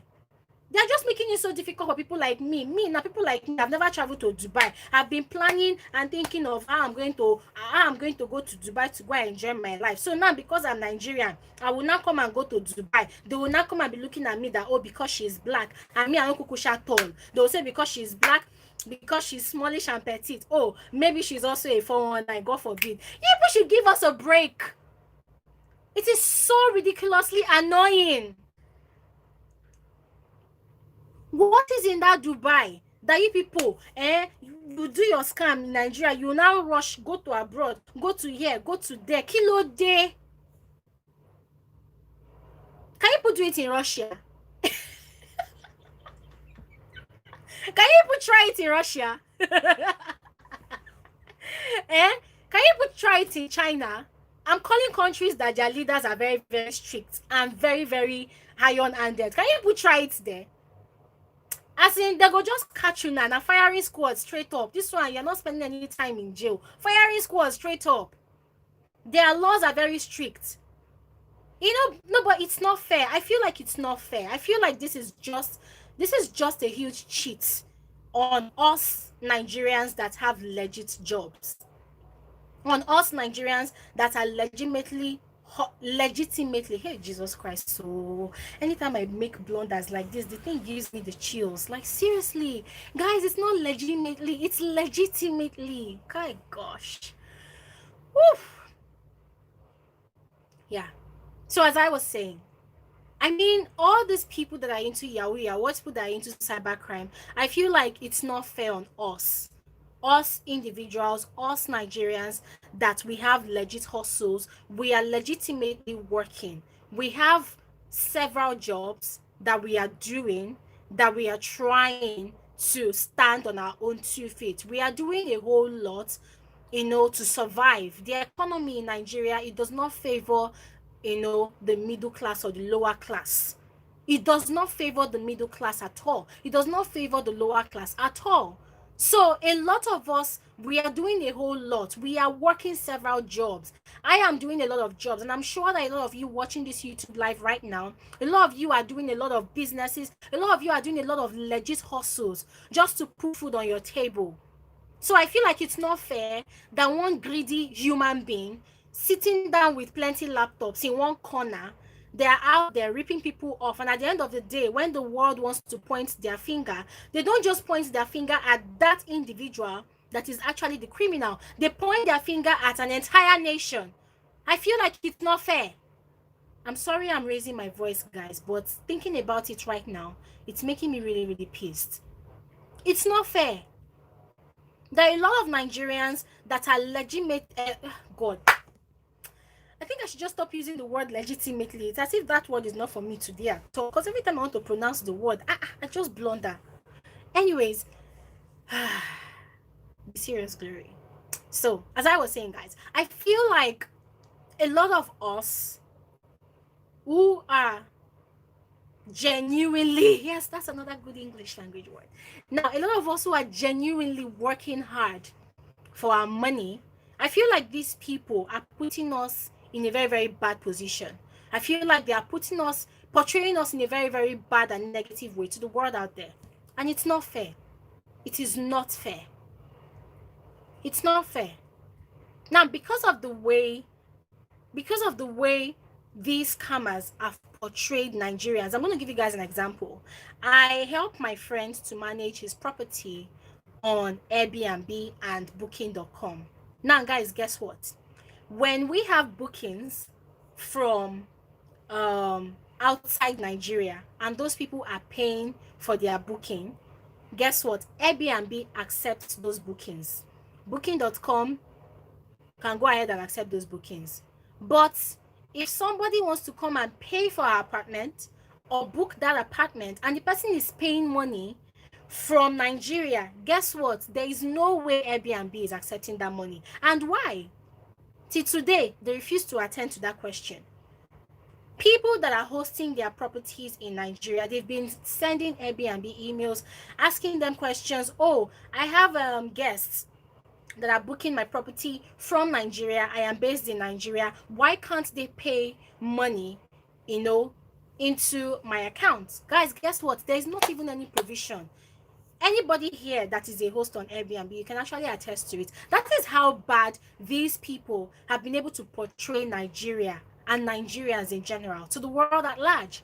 And it's not funny. The crime of one man, an entire nation will be paying for it. To be Jesus Christ. You're not even Jesus, because Christ won't do it. Christ won't do that. So why the hell are you making life so difficult for everybody, as if it's not even difficult enough? It's not fair. It is not fair, guys. It is so ridiculously annoying. Like, every time I think about it, I get a headache. I have a friend, okay, my cousin, not even my friend, my cousin, she's trying to process migration to Canada. Guess what? You will see there's this organization that helps you to go through your documents, your academic documents, right, before processing it and sending it to Canada Immigration Center. So, if you're from Nigeria, you have to even produce your WAEC results. That is how bad it is. You provide your PhD certificate, your master's degree certificate, your university degree, your diploma. Guess what? You have to provide WAEC certificates. Aside WAEC certificate, WAEC result, they'll also ask you to provide a PIN specifically fashioned out for that purpose. Because why? They said they've had cases. Go to their website, you see it. WES, World Educational Service. That is their website I'm talking about. They stated it clearly on their website that they've had cases where Nigerians, they submitted false documents. That was when I started understanding that, people actually forge their documents. So why do we always do this? Like, what we don't even understand is that most of our actions, it always has a very, very terrible repercussion against other people that are actually innocent of all these crimes. It's as if when we do these things, we're just so selfish about it. We don't even think about the repercussion. We don't even think about how grossly it's going to affect other people that are not even partaking in this crime at all. And for me, it's absolutely selfish and insensitive of people that are actually into cybercrime and every other kind of crime.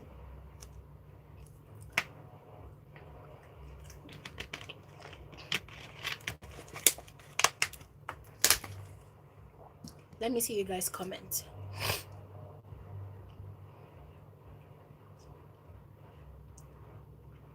Faves, thank you very much.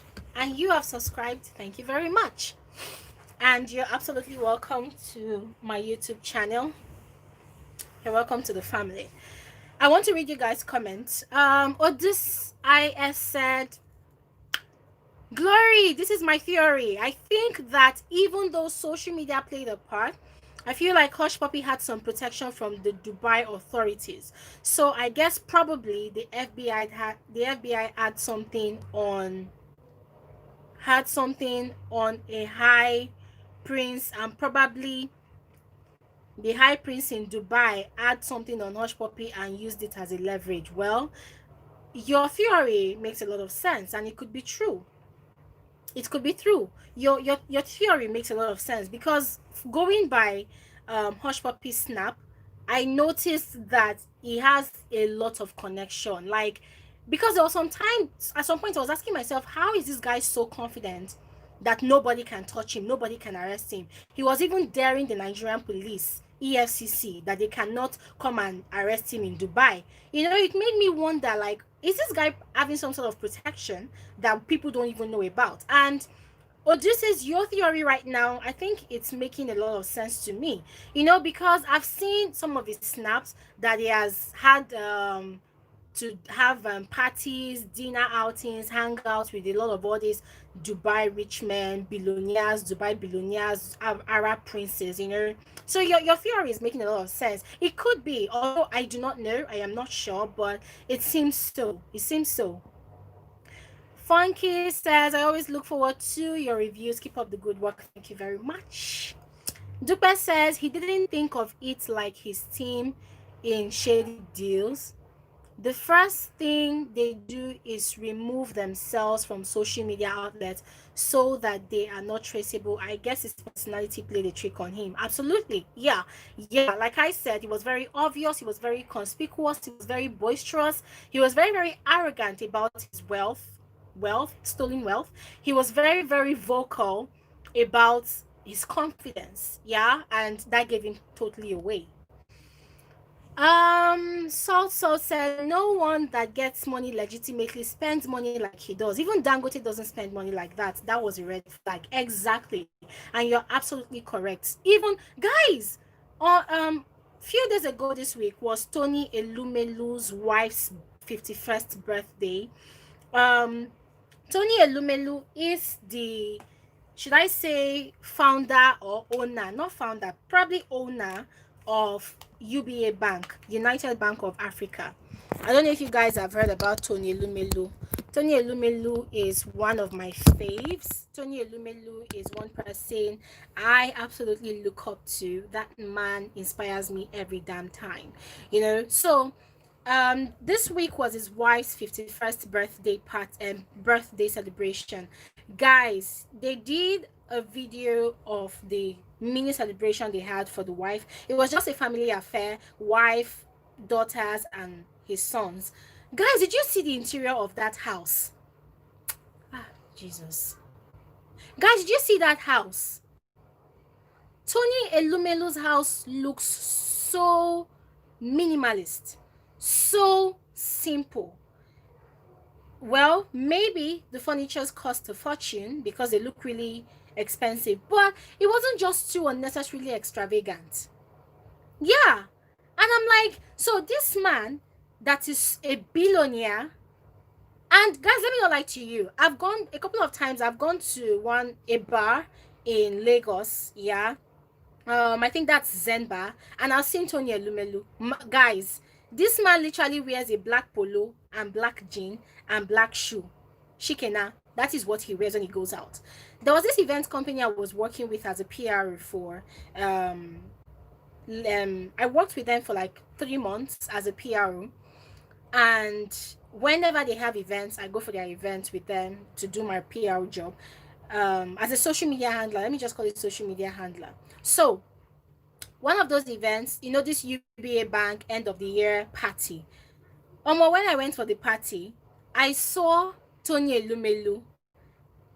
Is the organizer, is the one you know, the reason for the party and everything, guys, this man was wearing just a jean, normal shoe, and just a polo. And I was surprised, I was shocked. You know, I'm like, this man is a billionaire and he dresses so humbly. He looks so humble, you know. How can't people, you know, how can't all these so-called rich boys, how can they just emulate this? You know, look at Mark Zuckerberg, owner of Facebook, owner of Instagram, owner of what they call it, WhatsApp. Have you seen his wardrobe, his closet? Like, he has this gray and black coordination or coordinates that he's always wearing, you know. So I totally agree with you, Salt. You know, this guy completely gave himself away. There are so many billionaires in this country, guys. There are so many billionaires in the world. When you see the houses that they live in, when you see how they live their day-to-day life, you know, they are so moderate in all their dealings, you know. But this one, anyway, they say money where you know work for, you go spend them anyhow. That was what Hush Puppy literally did. Dupe Omiwade said, show off shows off and sells out in most cases. It's good to be private and publicly discreet.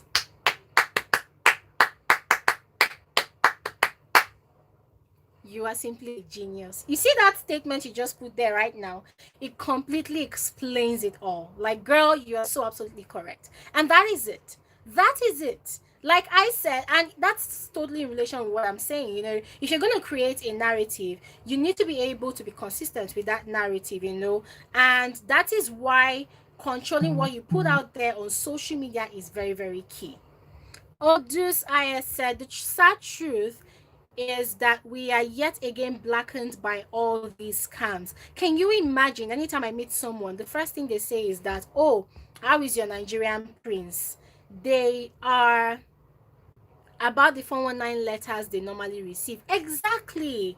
Oh, this is, I completely agree with you on that one. And guys, it's a huge shame and a huge disgrace. There are some movies that I have seen recently, some foreign Hollywood movies, you know, and they always shame Nigeria. They always disgrace Nigeria. Guess what? They always give us a subtle shade, a subtle basbos. What would they say? Oh, I met somebody. I was chatting with someone, and he said he's a Nigerian prince, and he said he's going to come and take me. I should send him money for a flight ticket. You know, all these satiristic insults that they give to Nigerians. This is actually what we get.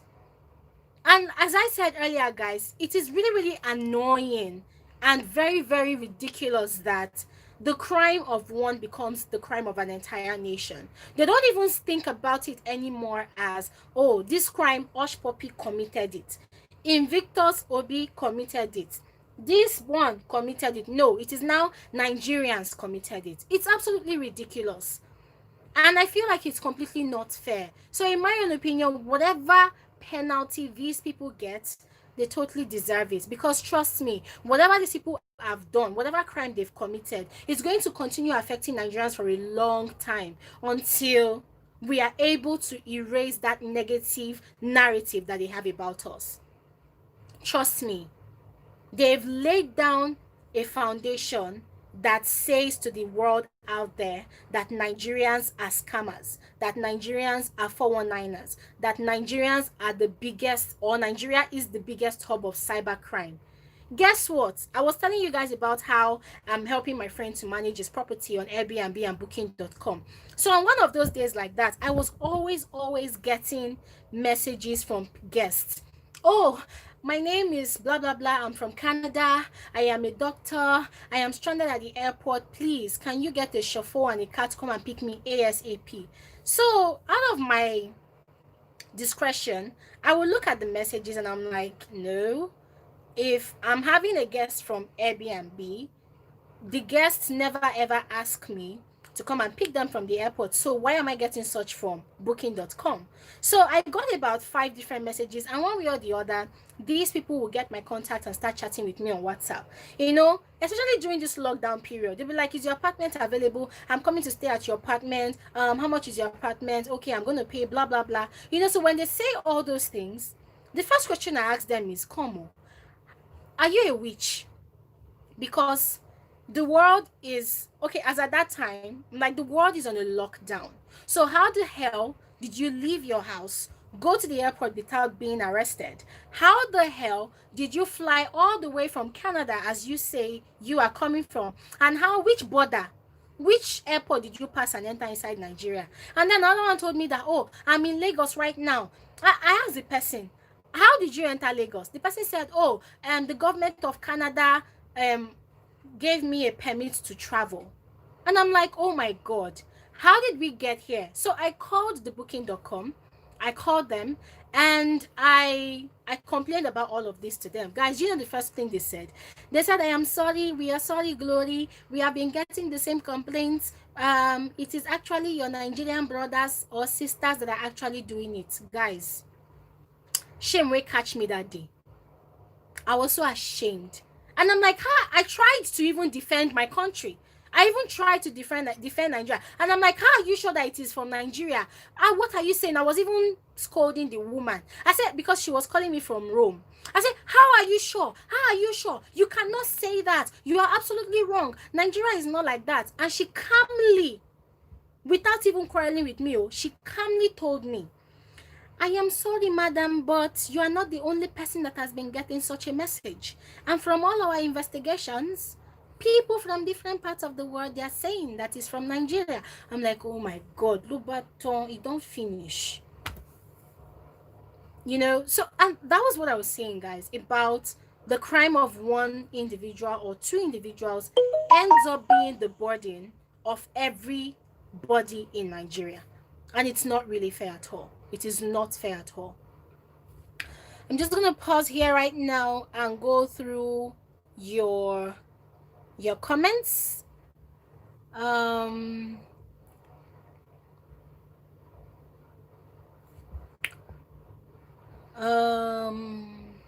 Shady Jama says, Glory, you're doing well, and don't worry, very soon you will start receiving your check in huge sums in USD. Remain blessed. Thank you very much. I really appreciate. Nika Oliver said, so I totally agree with you. You don't live so extravagantly if you really worked hard to earn your life's worth. Yeah. Grace Peace, I presume you are laughing at all my blunders. But this is said, there are lots of rich people in Dubai to keep on scamming. Very true. And I guess that's why most of these our one Kobo Yahoo boys, they keep on traveling to Dubai to go and scam people. Podcast Nat said, I agree with you 100%, 150%, and you to think Dangote can afford such lifestyle, even to own more than the famous Hushpuppi Versace Abina Gucci. On a Versace Palace in Ghetto. Pop salt and culture, yes, so. I know that these people, they don't have liver to go to Russia. Then born them where. In fact, I have never seen any Yahoo boy that has gone to Russia to go and scam. He said that their president will not smile. If they catch you, now firing squad straight up. This one is not a matter of, oh, they are going to try you in court. They kill you straight up. There are countries like that that don't take that shit from anybody. So don't even try yourself. Ha. Dupe said, Glory works hard and she is passionate about what she does. Her content is quality packaged. So I know more money is coming soon in world's better currency. Amen. No, Dupe, thank you so much. Thank you so much for that beautiful recommendation. Thank you so much. Rita Young said, Russia will rush their life. Yes, so Russia to rush their life. Oluyemi Patience said, in fact, Glory, these guys are out to damage the image of good Nigerians that are struggling to make ends meet. It's a great concern for our leaders to try and fix the numerous problems in the country. Absolutely. A cool CK Onyedikachi said, I love the way you analyze. Really? Woo! Thank you. I don't want to say, why are you calling me Glory? Why are you calling my name like that? It's so long. What? Kilo J. Equity Case said, most of our celebrities in Nigeria are his friends. They haven't condemned him for one day. They're not going to condemn him. See, if I call out celebrities on my channel, people will say, Glory, why are you talking about celebrities? They're the ones that will help you tomorrow. See, let me tell you people something. My help comes from God, and I work very hard. Okay? Now, there's a portion of, I don't know the Bible very well, but there's a portion in the Bible that says, faith without work is dead. So imagine me, I sit down one place now, come and be thinking that one celebrity will come and help my life. No, guys, I'm working really hard. Like, I do a lot. I'm working really hard. And guys, trust me, I believe that if I do the right thing, there's no way God will not bless me. So if these celebrities are not saying anything, well, now then Sabio. But for me, I will not stand for what is wrong, because I have family members, I have people around me, I have people that I know that live abroad that are working really hard.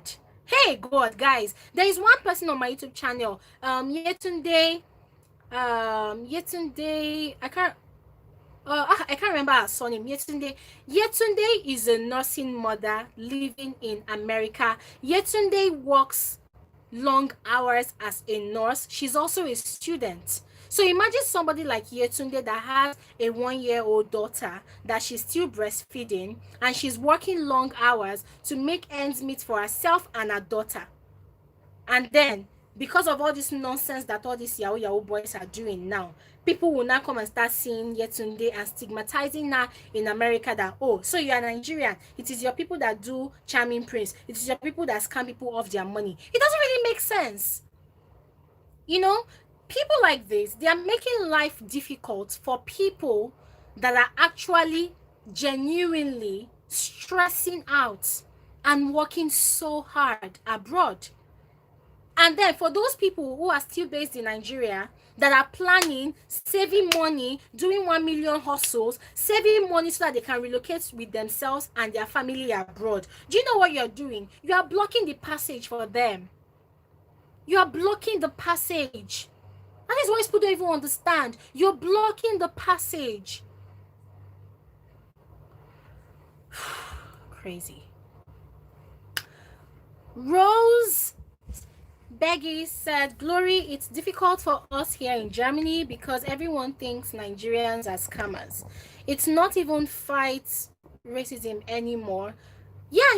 No, racism is even still a part of it. I mean, there's just so much that black people are dealing with. But Nigerians especially, now, the black population in general, they are dealing with racism, right? In Nigeria, we are dealing with tribalism, we are dealing with police brutality, we are dealing with the issue of rape, we are dealing with leaders, corrupt leaders who embezzle funds, you know, crazy issues like that. Now, talking about Nigerians in diaspora, you see all these issues that I'm talking about that I just mentioned, including accusations of being fraudulent.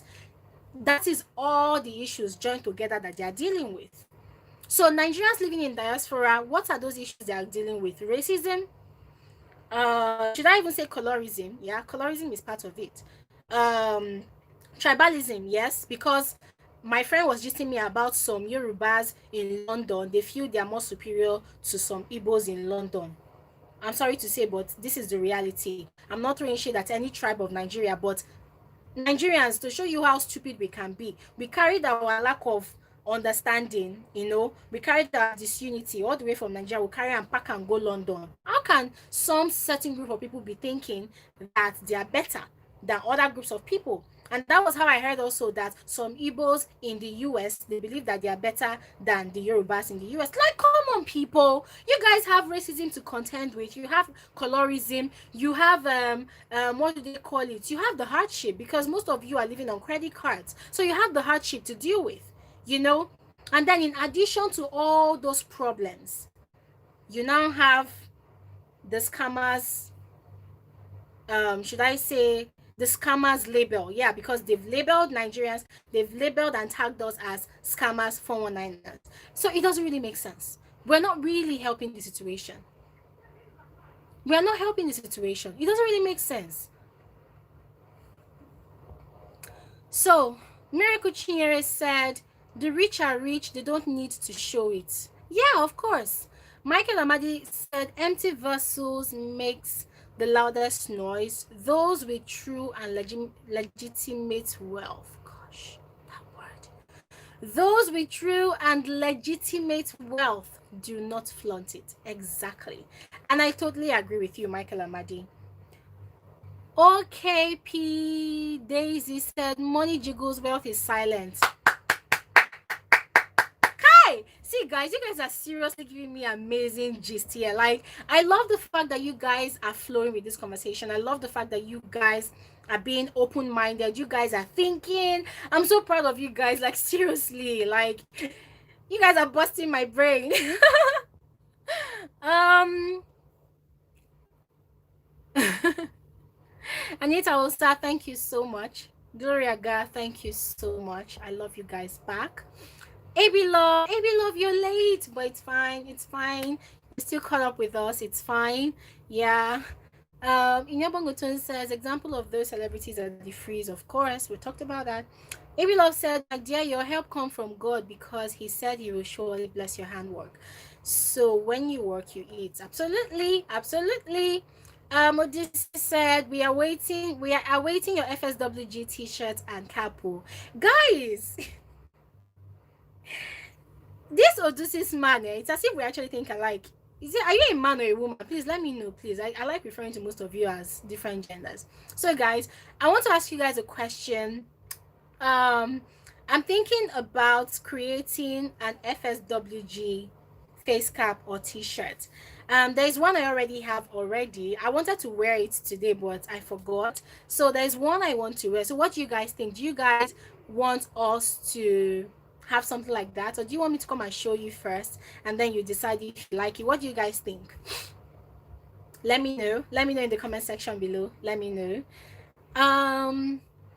Anita also said, love your voice so much, Glory. Sometimes I can't sleep, but when I hear your voice, man, I don't sleep with that. Thank you so much, dear. God bless you. Thank you so much. Thank you so much, darling. Thank you so much. Oh my God. Thank you so much. Thank you so much. AB Love said you're 100% right. Odu said we are FSWGians fans. Oh my God. I don't have a fan base. So oh, this is that word is so long. FSWGians. FSWGians fans. That's so long. Oh my, that's so funny. Oh my God. Alicia said, please, where the link to the list? It's on Twitter. Go to FBI's Twitter account on Twitter and you're going to see that list. It's there. eBay Faith said, it's difficult for us here in South Africa. Everybody in this country thinks that every Nigerian is bad. Guys, I totally understand the struggle you guys are going through. Now, let me give you guys a solution.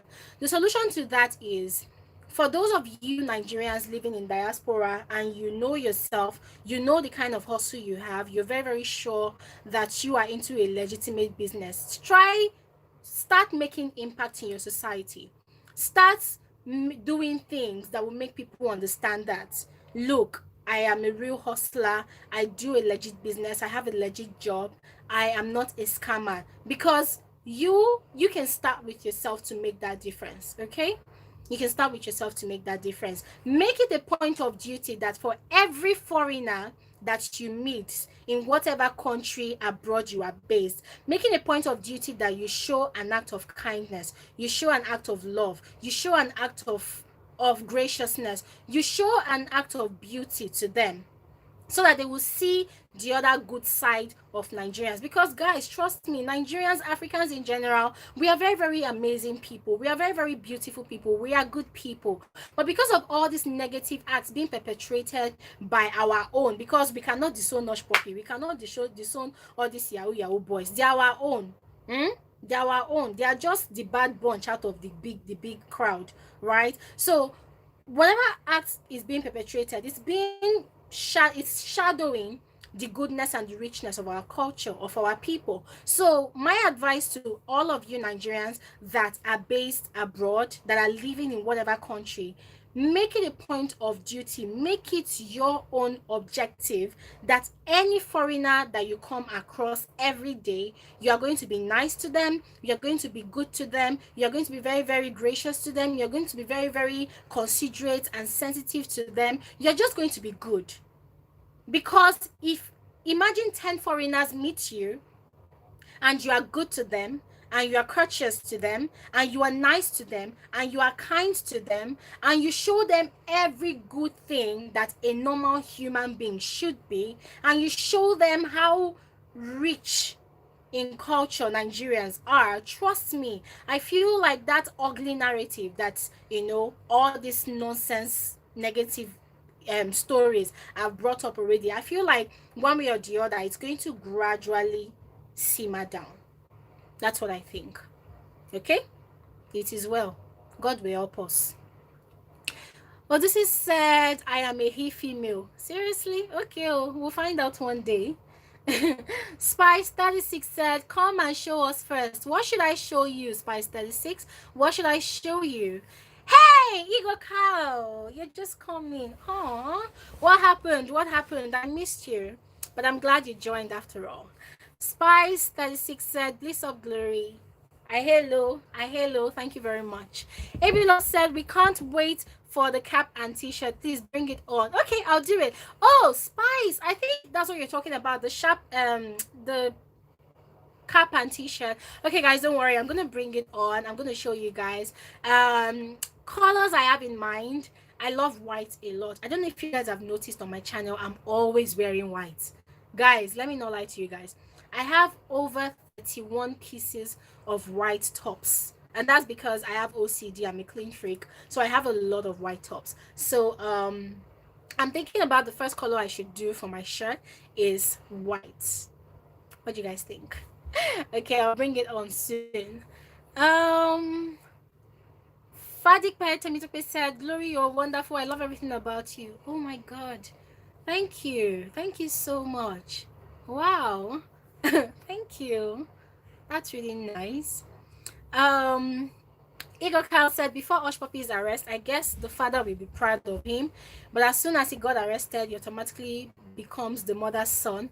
The father will say, take to your son, I want him. Una grab. My dear, I totally understand what you're saying. I mean, in this part of the world, when a child falters, the father is quick to say, that is your son, but when the child does great, the father is quick to say, that is my son or that is my daughter.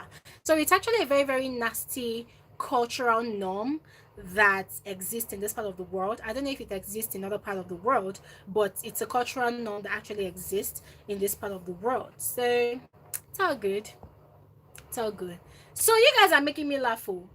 I looked up and I saw 21 likes. I look up now, I'm seeing 19 likes. Is it that the two people that actually liked this thing, my YouTube live, is it that they took back their likes? Like, how can people be? Seriously, if you want to like this YouTube live, please go ahead and give it a thumbs up. I beg. Who is that one that is liking and unliking? Please put back the like, Jerry. People should not make me shout though. What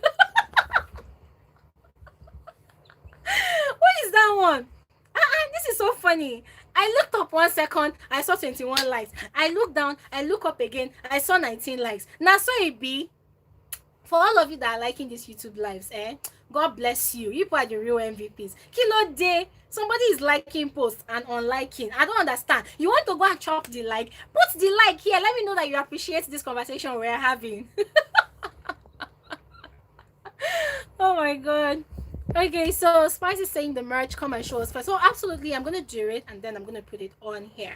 So Spice said that is what I want. Oh, so that means you also like white too, no problem. So Spice said, please, I missed it. Why was Hushpuppi arrested? He was arrested for cybercrime, for fraudulent acts, for embezzling, for criminal activities online, hacking into a lot of company systems, ripping or stealing money from over 1.9 million people. Yeah, it's a lot. I have a video on that. Check my YouTube channel and you'll see the video.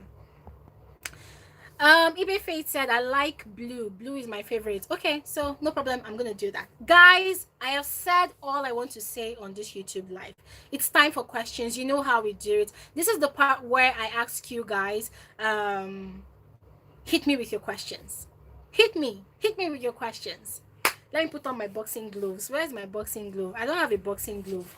That was how I told you people to hit me with your question. Somebody came and asked me what is the difference between conspiracy and conspiracy theory. I'm like, see wahala. Is it because I said people should hit me with your question? Somebody came with one bulldozer to come and scatter my brain.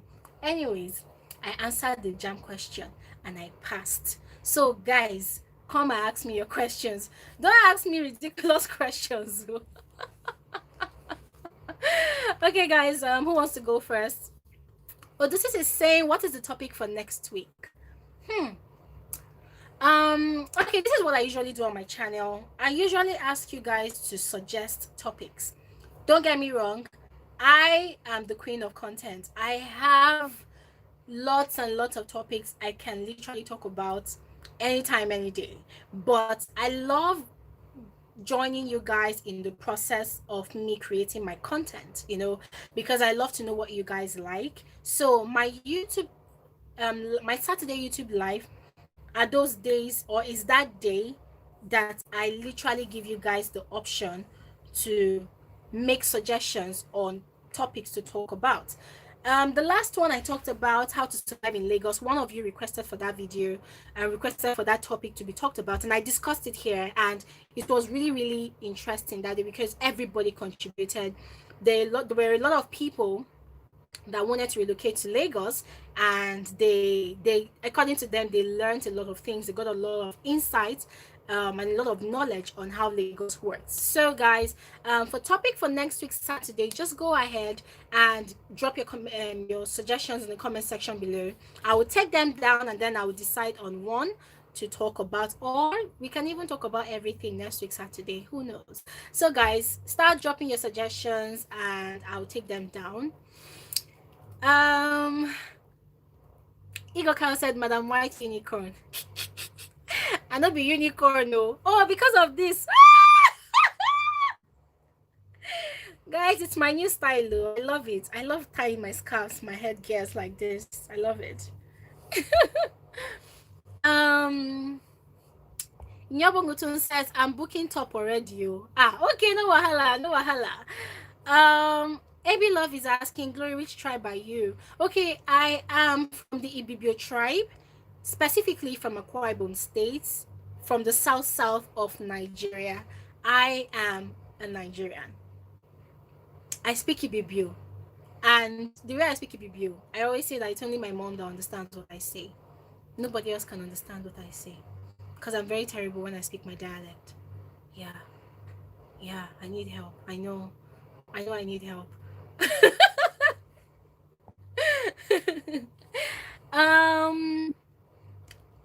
Spice36 is asking, what do you think of Mercy and Ike's show, and is this still going on? What do I think of Mercy and Ike's show? My gosh.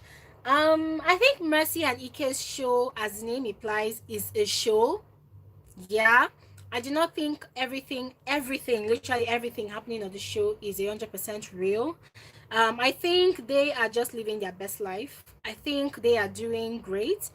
I think they are creating content for their fans. I think they are creating entertainment for their fans. Yeah, because while they were in the house, I was even one of those people that was saying that, oh, I would love to see more of these two people together. So them having their own show, I think it's a great thing. I think it's a beautiful venture that both of them have embarked on together. And I think whatever they are doing on the show, it's up to them, and I think they're actually entertaining people. That is what I think about their show. Yeah. And your second question, is this still going on? Yes, the show is still going on. In fact, guys, I do reviews about the show every Sunday evening after the show. The show happens around 6:30 p.m. So I actually do reviews about the show. eBay Faith said, any topic is welcome, right? Oh yes, dear, go ahead, shoot your shot. Let me know what topic you would prefer I talk about next week Saturday. Odusaya said, what do you think most people in your comment section, why do you think most people in your comment section call you a Tacha fan? Oh my goodness, I never thought somebody would come and ask me that question on live. Okay, why do I think most people in my comment section call me a Tacha fan?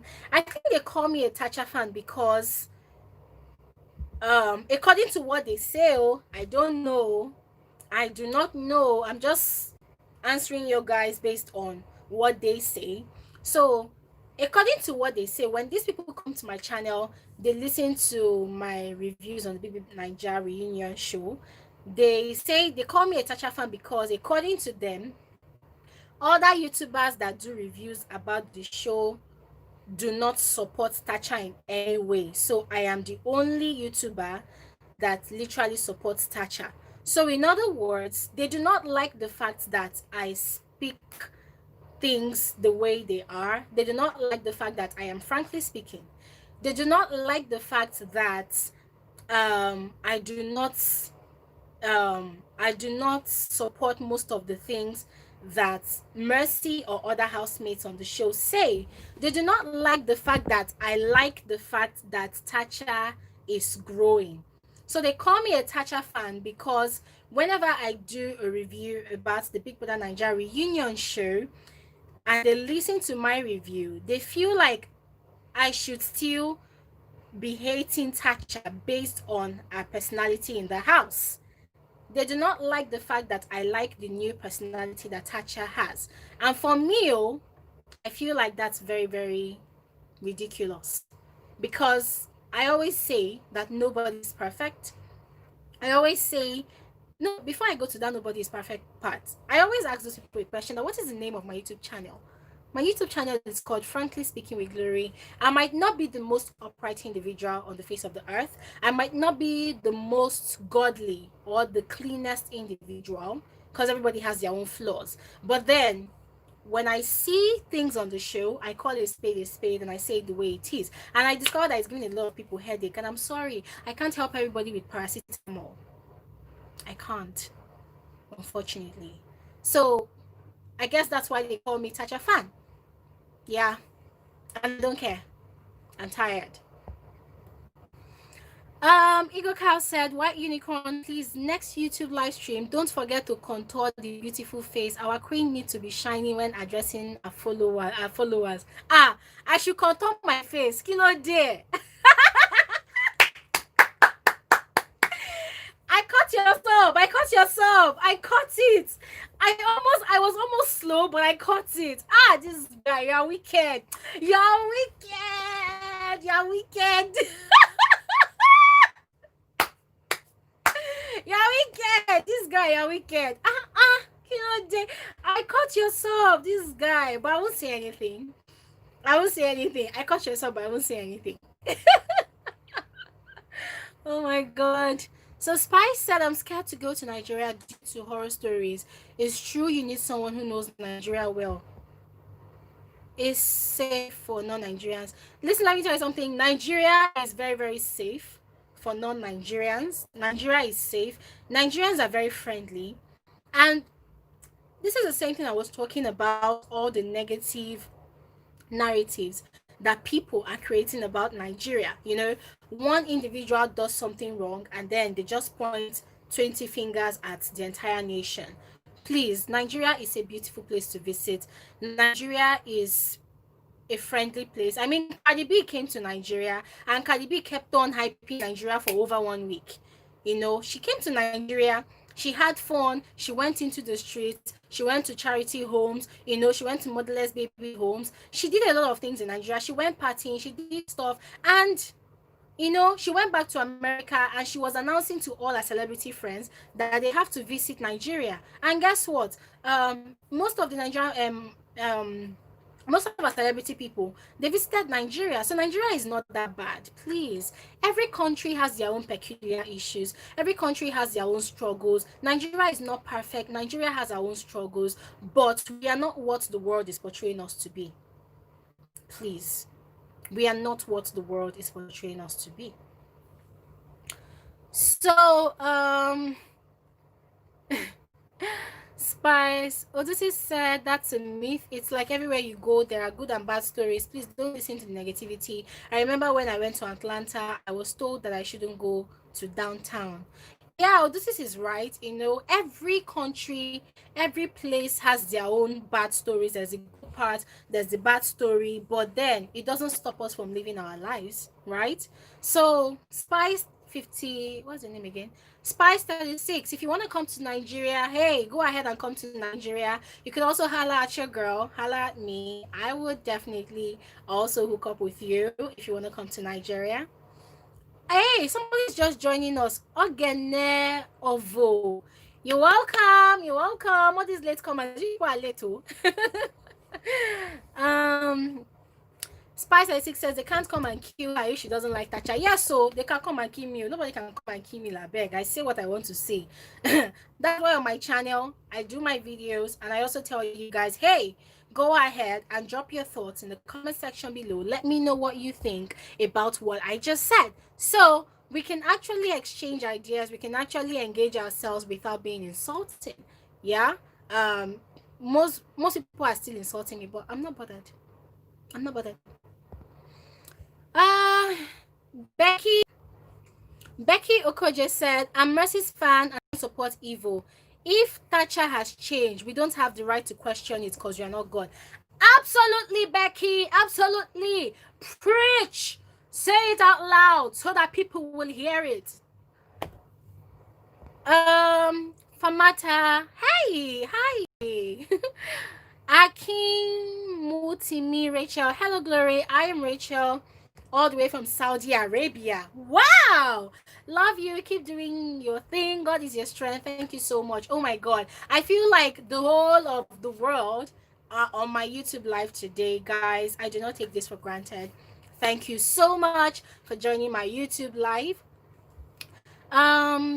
Becky Okoje says fans should take things easy because Mercy or Thatcher don't pay your bills. Just support their business and stop the hate. Yes, so stop the hate. Stop the hate. I feel like I should start singing and dancing cultural dance. Stop the hate. Stop the hate. Like seriously, I wish people could actually listen to this, you know. Stop the hate. You can listen. Nobody says that you should not be a fan to anybody. Please be a fan. It is allowed to be a fan. In fact, if you are my fan, God bless you. If you are my fan, I love you too. Look, it's okay to be a fan, but one thing that is not healthy for you and for that person that you are fanning,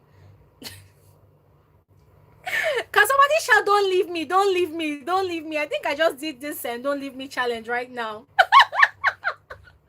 Yeah, you know, when I said even though you are a fan and you are fanning somebody, you know, I feel like I just did the don't leave me challenge unconsciously. Guys, shout don't leave me now, eh? People should shout don't leave me, don't leave me. That was by the way. Listen, guys, the fact remains. If you're a fan to someone, it is very, very unhealthy if you are not focusing all your fanship, all your support to that person's business or that person's trade or whatever, right? Seriously, it's not healthy. It's not healthy. Rather focus all your energy, focus all your attention, you know, to that person's business. Support them instead of fighting against other people that are not the person's fan. Okay. Spice 36 says, yeah, I heard that, but sometimes people don't say the truth, but I will come next year after the COVID. No problem. We are here, baby. We are waiting. Say, don't leave me, oh glory. You face say, don't leave me, oh. Honestly, you guys are the best viewers ever. You guys are simply the best. You guys give me so much joy. You guys are the best. Akin Mutimi Rachel said, I've been watching your program since last year. I only don't comment. Come, why do you people watch my videos without commenting? Please comment. I want to notice you. If you're watching my YouTube live right now, comment. I want to notice you. If you always watch my videos that I upload and you don't comment, you've not been commenting, please comment. I want to notice you. I know I have over 19,000 subscribers. I might not be able to know all of you, but if I can know at least 100 of you that comments consistently, like guys, seriously, I understand that sometimes there are some topics that you might not even have anything to say, you know, but if you don't have anything to say on any video, just say, hi, Glory. Honestly, I really, really want to know you guys, right? I want to know you guys. And the reason why I want to know you guys is because one day Okay, not one day. I've already done it anyways. There was a time I used to do Instagram live on Sundays, and that was how I got to know Tosin. I didn't run Tosin. That was how I got to know Yetunde. That was how I got to know Favor. That was how I got to know Kenneth. That was how I got to know Tolu Afolabi. That was how I got to know about 6 of you. Okay, so you guys comment, okay, so that when I do an Instagram live, I will be able to know you people, see you people, and relate with you people. Okay. Um. Oganelvo says, thanks for welcoming me. You're welcome. Becky Kojo says, you can only dislike her attitude, and if you hate her, you are evil. FG, oh, this is asking FSWGians or Gians. Which one do you like? Yay. Hey, Jesus Christ. Oh, this your fan's name for FSWG? It's funny, oh. It's very funny, honestly. I don't even know what to say. It's so funny. I beg. I don't know. Guys, what do you think? Odysseus is here seriously trying to create a fan name for my YouTube channel. Like, guys, what do you think? Seriously. I beg. um Alicia said, why is it that most Nigerians don't want to go back home when they leave their country? My sister, the reason why most Nigerians don't want to go back home, I'll give you an example to answer that question. Okay? I've been drinking tea without sugar. And in my head, tea without sugar is very sweet. No, that's not a good example. I've been eating food without salt. Yes, I've been eating food without salt. In my head, because my taste bud is used to eating food without salt, I feel like my food is the best. And then I now go to somebody's house and the person now gives me food with salt. And when I ate it, the salt make the food make sense. Do you think I'll ever go back to eating food without salt? I won't. I will not go back to eating food without salt. So guys, that is what it feels like when most Nigerians travel abroad. They go abroad, they see that the system works. They see that even though you are paying your taxes, even though you are being, taxed to pay for light bills, everything, you have your constant electricity, you have your water, you have everything. I mean, most countries abroad, things work, but over here in Nigeria, it's not so 100%. There is that population where you pay for light, you might not even have light for 1 week. You pay your NEPA bill, you might not have light. I think it's actually crazy. So I feel like that's why most Nigerians, once they leave the shores of this country, they travel abroad, they see a better standard of living, they see a better life, they see a system that things works. You're actually being taxed for it, but you are being given value for your money. If na me I travel abroad, I no go come back. If I come back, I can come visit people where I don't even know. If I travel abroad, I don't pack my family, pack people, they go. No, but seriously, guys, that's the reality. I have uncles and aunties, they've been abroad for the past 20 years. They don't want to come back.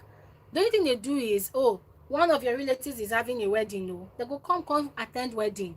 After the wedding, they don't even stay 1 week. They don't disappear, go back. They are paying taxes, they are paying money for mortgage, they are paying everything, but they say they would rather pay that money than to come and stay here where you pay, and you're not getting value for money. But by God's grace, hopefully things are going to start working for us very soon.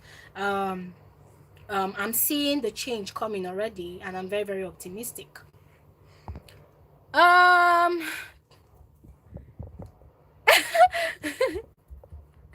Spice96 says, I'm a proud supporter of Glory, not fan supporter, as her Big Brother reviews was fire, been hooked ever since. Thank you very much. AB Love said, Glory, did you know an agent just called me now for a work and asked where I come from? Immediately I said Niger. The guy said no, that they don't need Niger person, all the way from Israel. Are you serious? Oh my God. Wow.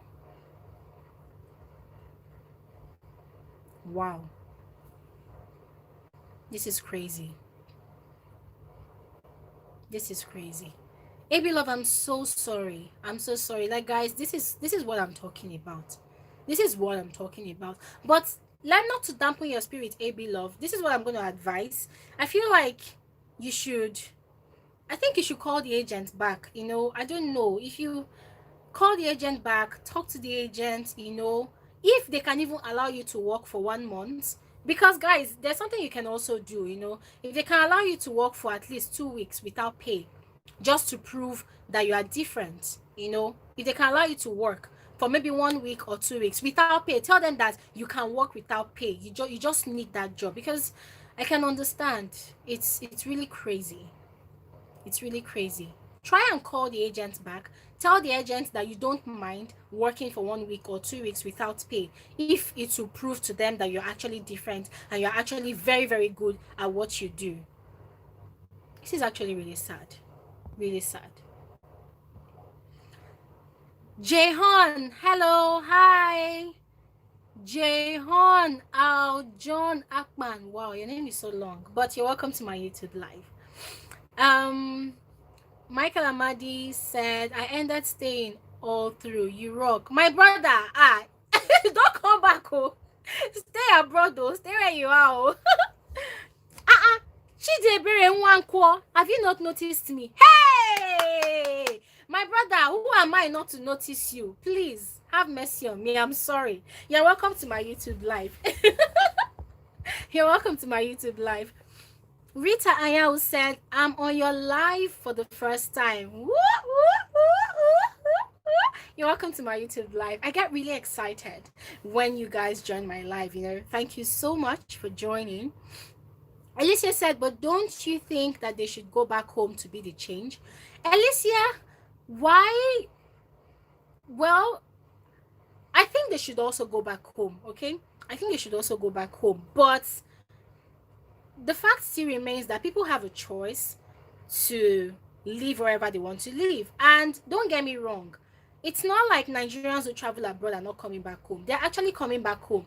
In fact, what they are doing is, when most Nigerians travel abroad, they start working, they start up businesses, they start up 2-3 jobs, and then they send money back home for their families to set up businesses for them.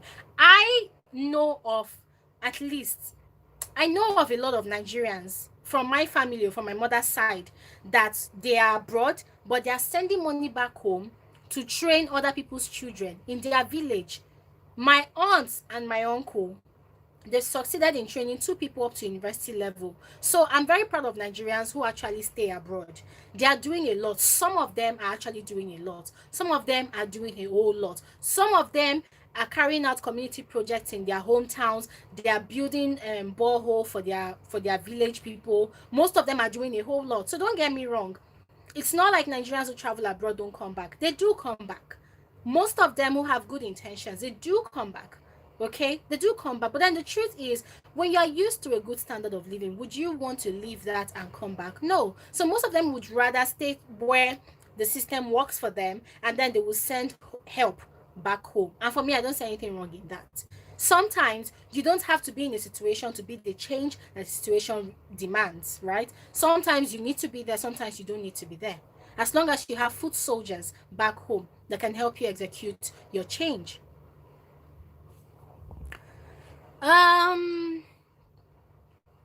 Spice36 said, guys, this YouTube live is going to 3 hours. Okay, I'm going to read all these comments right now, and then in the next 15 minutes I'm going to end this YouTube live. My back is aching me. So Alicia said, no, Spice36 said, Nigerians love the West and prefer it.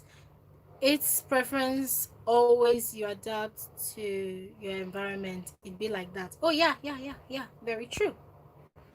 Alicia said, because Nigerians are really hardworking and they remain at their countries contributing to their economy. See, Nigerians are really hardworking, as you said, but it gets really frustrating sometimes when you're working, and you're not really benefiting what you're working, you're not benefiting from the system. So what do you want to do? You want to relocate, Chidebere said, Glow, you are being economical with the fact about Nigeria. Nothing works for the regular citizen. Have you noticed what's happening with bank charges now? Chidebere, I think you just joined my YouTube live. I said it at the beginning of my YouTube live, that the Nigerian system does not favor the middle class. It does not favor the the lower class. I said it. I think you're just joining my life, so you probably didn't hear me say that. The system, I said it over and over again, it does not favor the poor. It does not favor people that are struggling. It does not. And that is why from now to tomorrow, the poor will continue complaining, and nothing will be done. And the rich of the rich will not say anything because they are not being affected. Yeah. So I said that before. Anita also said, my brother has been crying over you for over 3 months. I'm sorry to say it here. He said he's coming back home to look for you. Oh my God. Your mother is coming back home to look for me. Jesus Christ. Over 3 months. In other words, I've been having courtship with somebody I don't know. I've never seen in my life for over 3 months. Oh my God. Anita, that's so nice. Please tell your brother I said hi. John says, Glory, you didn't call my name. You want me to cry. See, and this is your name. Your name is so long. I'm not going to even lie. Let me try. John Akman John. Why did you put your name so long? Like, is this your real name? Omoni said, yes, unfortunately, our image as Nigerians has been tarnished a long time ago by all this stuff. Exactly. ClickBank is a platform. People make money worldwide, but they don't accept Nigerians because of issues like this. Can you imagine? eBay Faith said, I'm thinking of coming to Nigeria, but my problem is how to cope with things in Nigeria, especially light and all things money have to solve. eBay, don't worry. When you're coming to Nigeria, send me an email, okay? Send me an email, and we're going to talk more on how to make your life easy when you come to Nigeria. There are actually ways that you can actually visit Nigeria and enjoy Nigeria. Yeah. So if you want that information, send me an email when you are coming to Nigeria, and we're going to talk about it. Omoni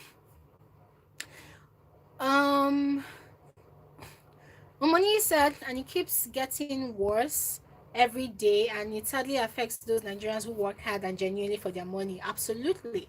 Spice said, some will come home and some will stay in the West. It's a balance. Not everybody is coming home. Very true. Anita said, I'm not coming back home again. No, the only person that makes me come back all the time is gone, and that is my mom. I just lost her February 23rd. Wow. I'm so sorry about your loss, Anita. I'm so sorry. I'm so sorry. May God give you the fortitude to stay strong. Ego Cow said, when are you doing giveaway or thanks for coming to fans, or do cook with me Akwa Ibom delicacies one Saturday live stream? Okay, let me say this, as I said, my apartment is quite small, and my kitchen is spacious, but it doesn't have a lot of light coming in. Like, this is natural light I'm using to talk to you guys now because my window is actually big. So I'm gonna do that. I've been dying to teach people how to cook afang soup. I've seen a lot of YouTube videos on how people cook afang soup, and the process is so flawed. The process is so flawed, because it wouldn't come out the local way it should come out. So I'm thinking of doing all those content, guys. Don't worry, I've got you guys covered. Don't worry. Michael Amadi said, you're doing well. Wishing you a larger forum for greater impact. You're doing very well. Thank you very much, Michael. I really appreciate. Chidebere Wako said, Anita, please tell your brother to stay there. Oh, I don't want to start fighting with anybody. I fight with broken bottles.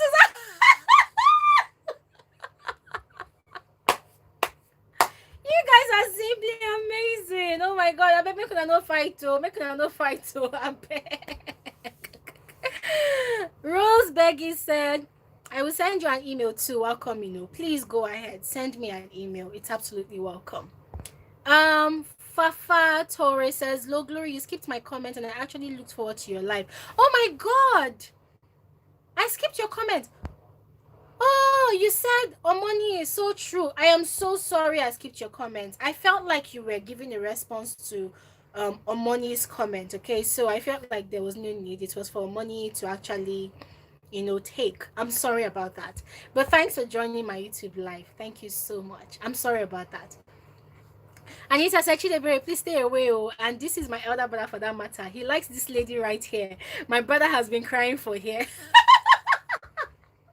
you guys honestly, guys, you guys have made my day. I think this is where I have to end this YouTube live. Okay. I had so much fun today. I had so much fun talking about these things that we talked about today. And can you tell, Sas is still making me laugh? Guys, thank you so much. You guys are simply the best. You guys are simply amazing. For all of you that really, really engaged this conversation today, God bless you. Thank you so much. I can't even start mentioning all your names. Like, you guys are so plenty. Guys, thank you. Thank you. Thank you. And remember, to all of you that are actually based abroad, remember what I said. Remember what I said. I feel like the power lies in your hand somehow to change the negative narrative that our naughty brothers and sisters abroad have created. So remember, I said, kill them with kindness. Give them so much love, so much happiness, so much joy, so much kindness that they would not even have any choice but to start saying that, oh, Nigerians are good people.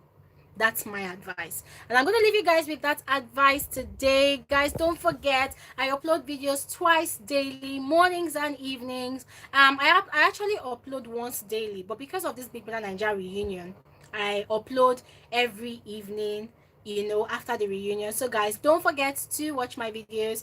Don't forget to like my videos. For those of you that have not given this YouTube live a thumbs up, I don't know what you want to do with it. Do you want to carry it and go and sleep, or do you want to carry it and go and dash somebody else? Give this YouTube live a huge thumbs up. Did you have fun? Okay, guys. I had so much fun, guys. Thank you guys so much. I know you guys had a lot to do, but then you took out about almost 3 hours of your time to be talking with this girl that likes talking too much. Thank you guys so much. I'm gonna see you guys next week, Saturday. So don't forget, it's 3 p.m. West African time. 3 p.m. Turn on your alarms. Turn on your alarms. Don't miss out. Next week's topic is going to be fire. Next week's topic is going to be lit. So guys, I'm going to announce the topic for next week on my YouTube story. I always post information on my YouTube story. So make sure you look out for my YouTube story. I'm going to be posting the topic for next week Saturday's YouTube live so that you guys will be prepared with your questions. That said, this is where I'm going to call it a night. Thank you guys so much. Thank you all. Thank you all. Thank you all. Do enjoy the rest of your weekend and have an amazing night's rest. Bye. Bye. Bye. Bye.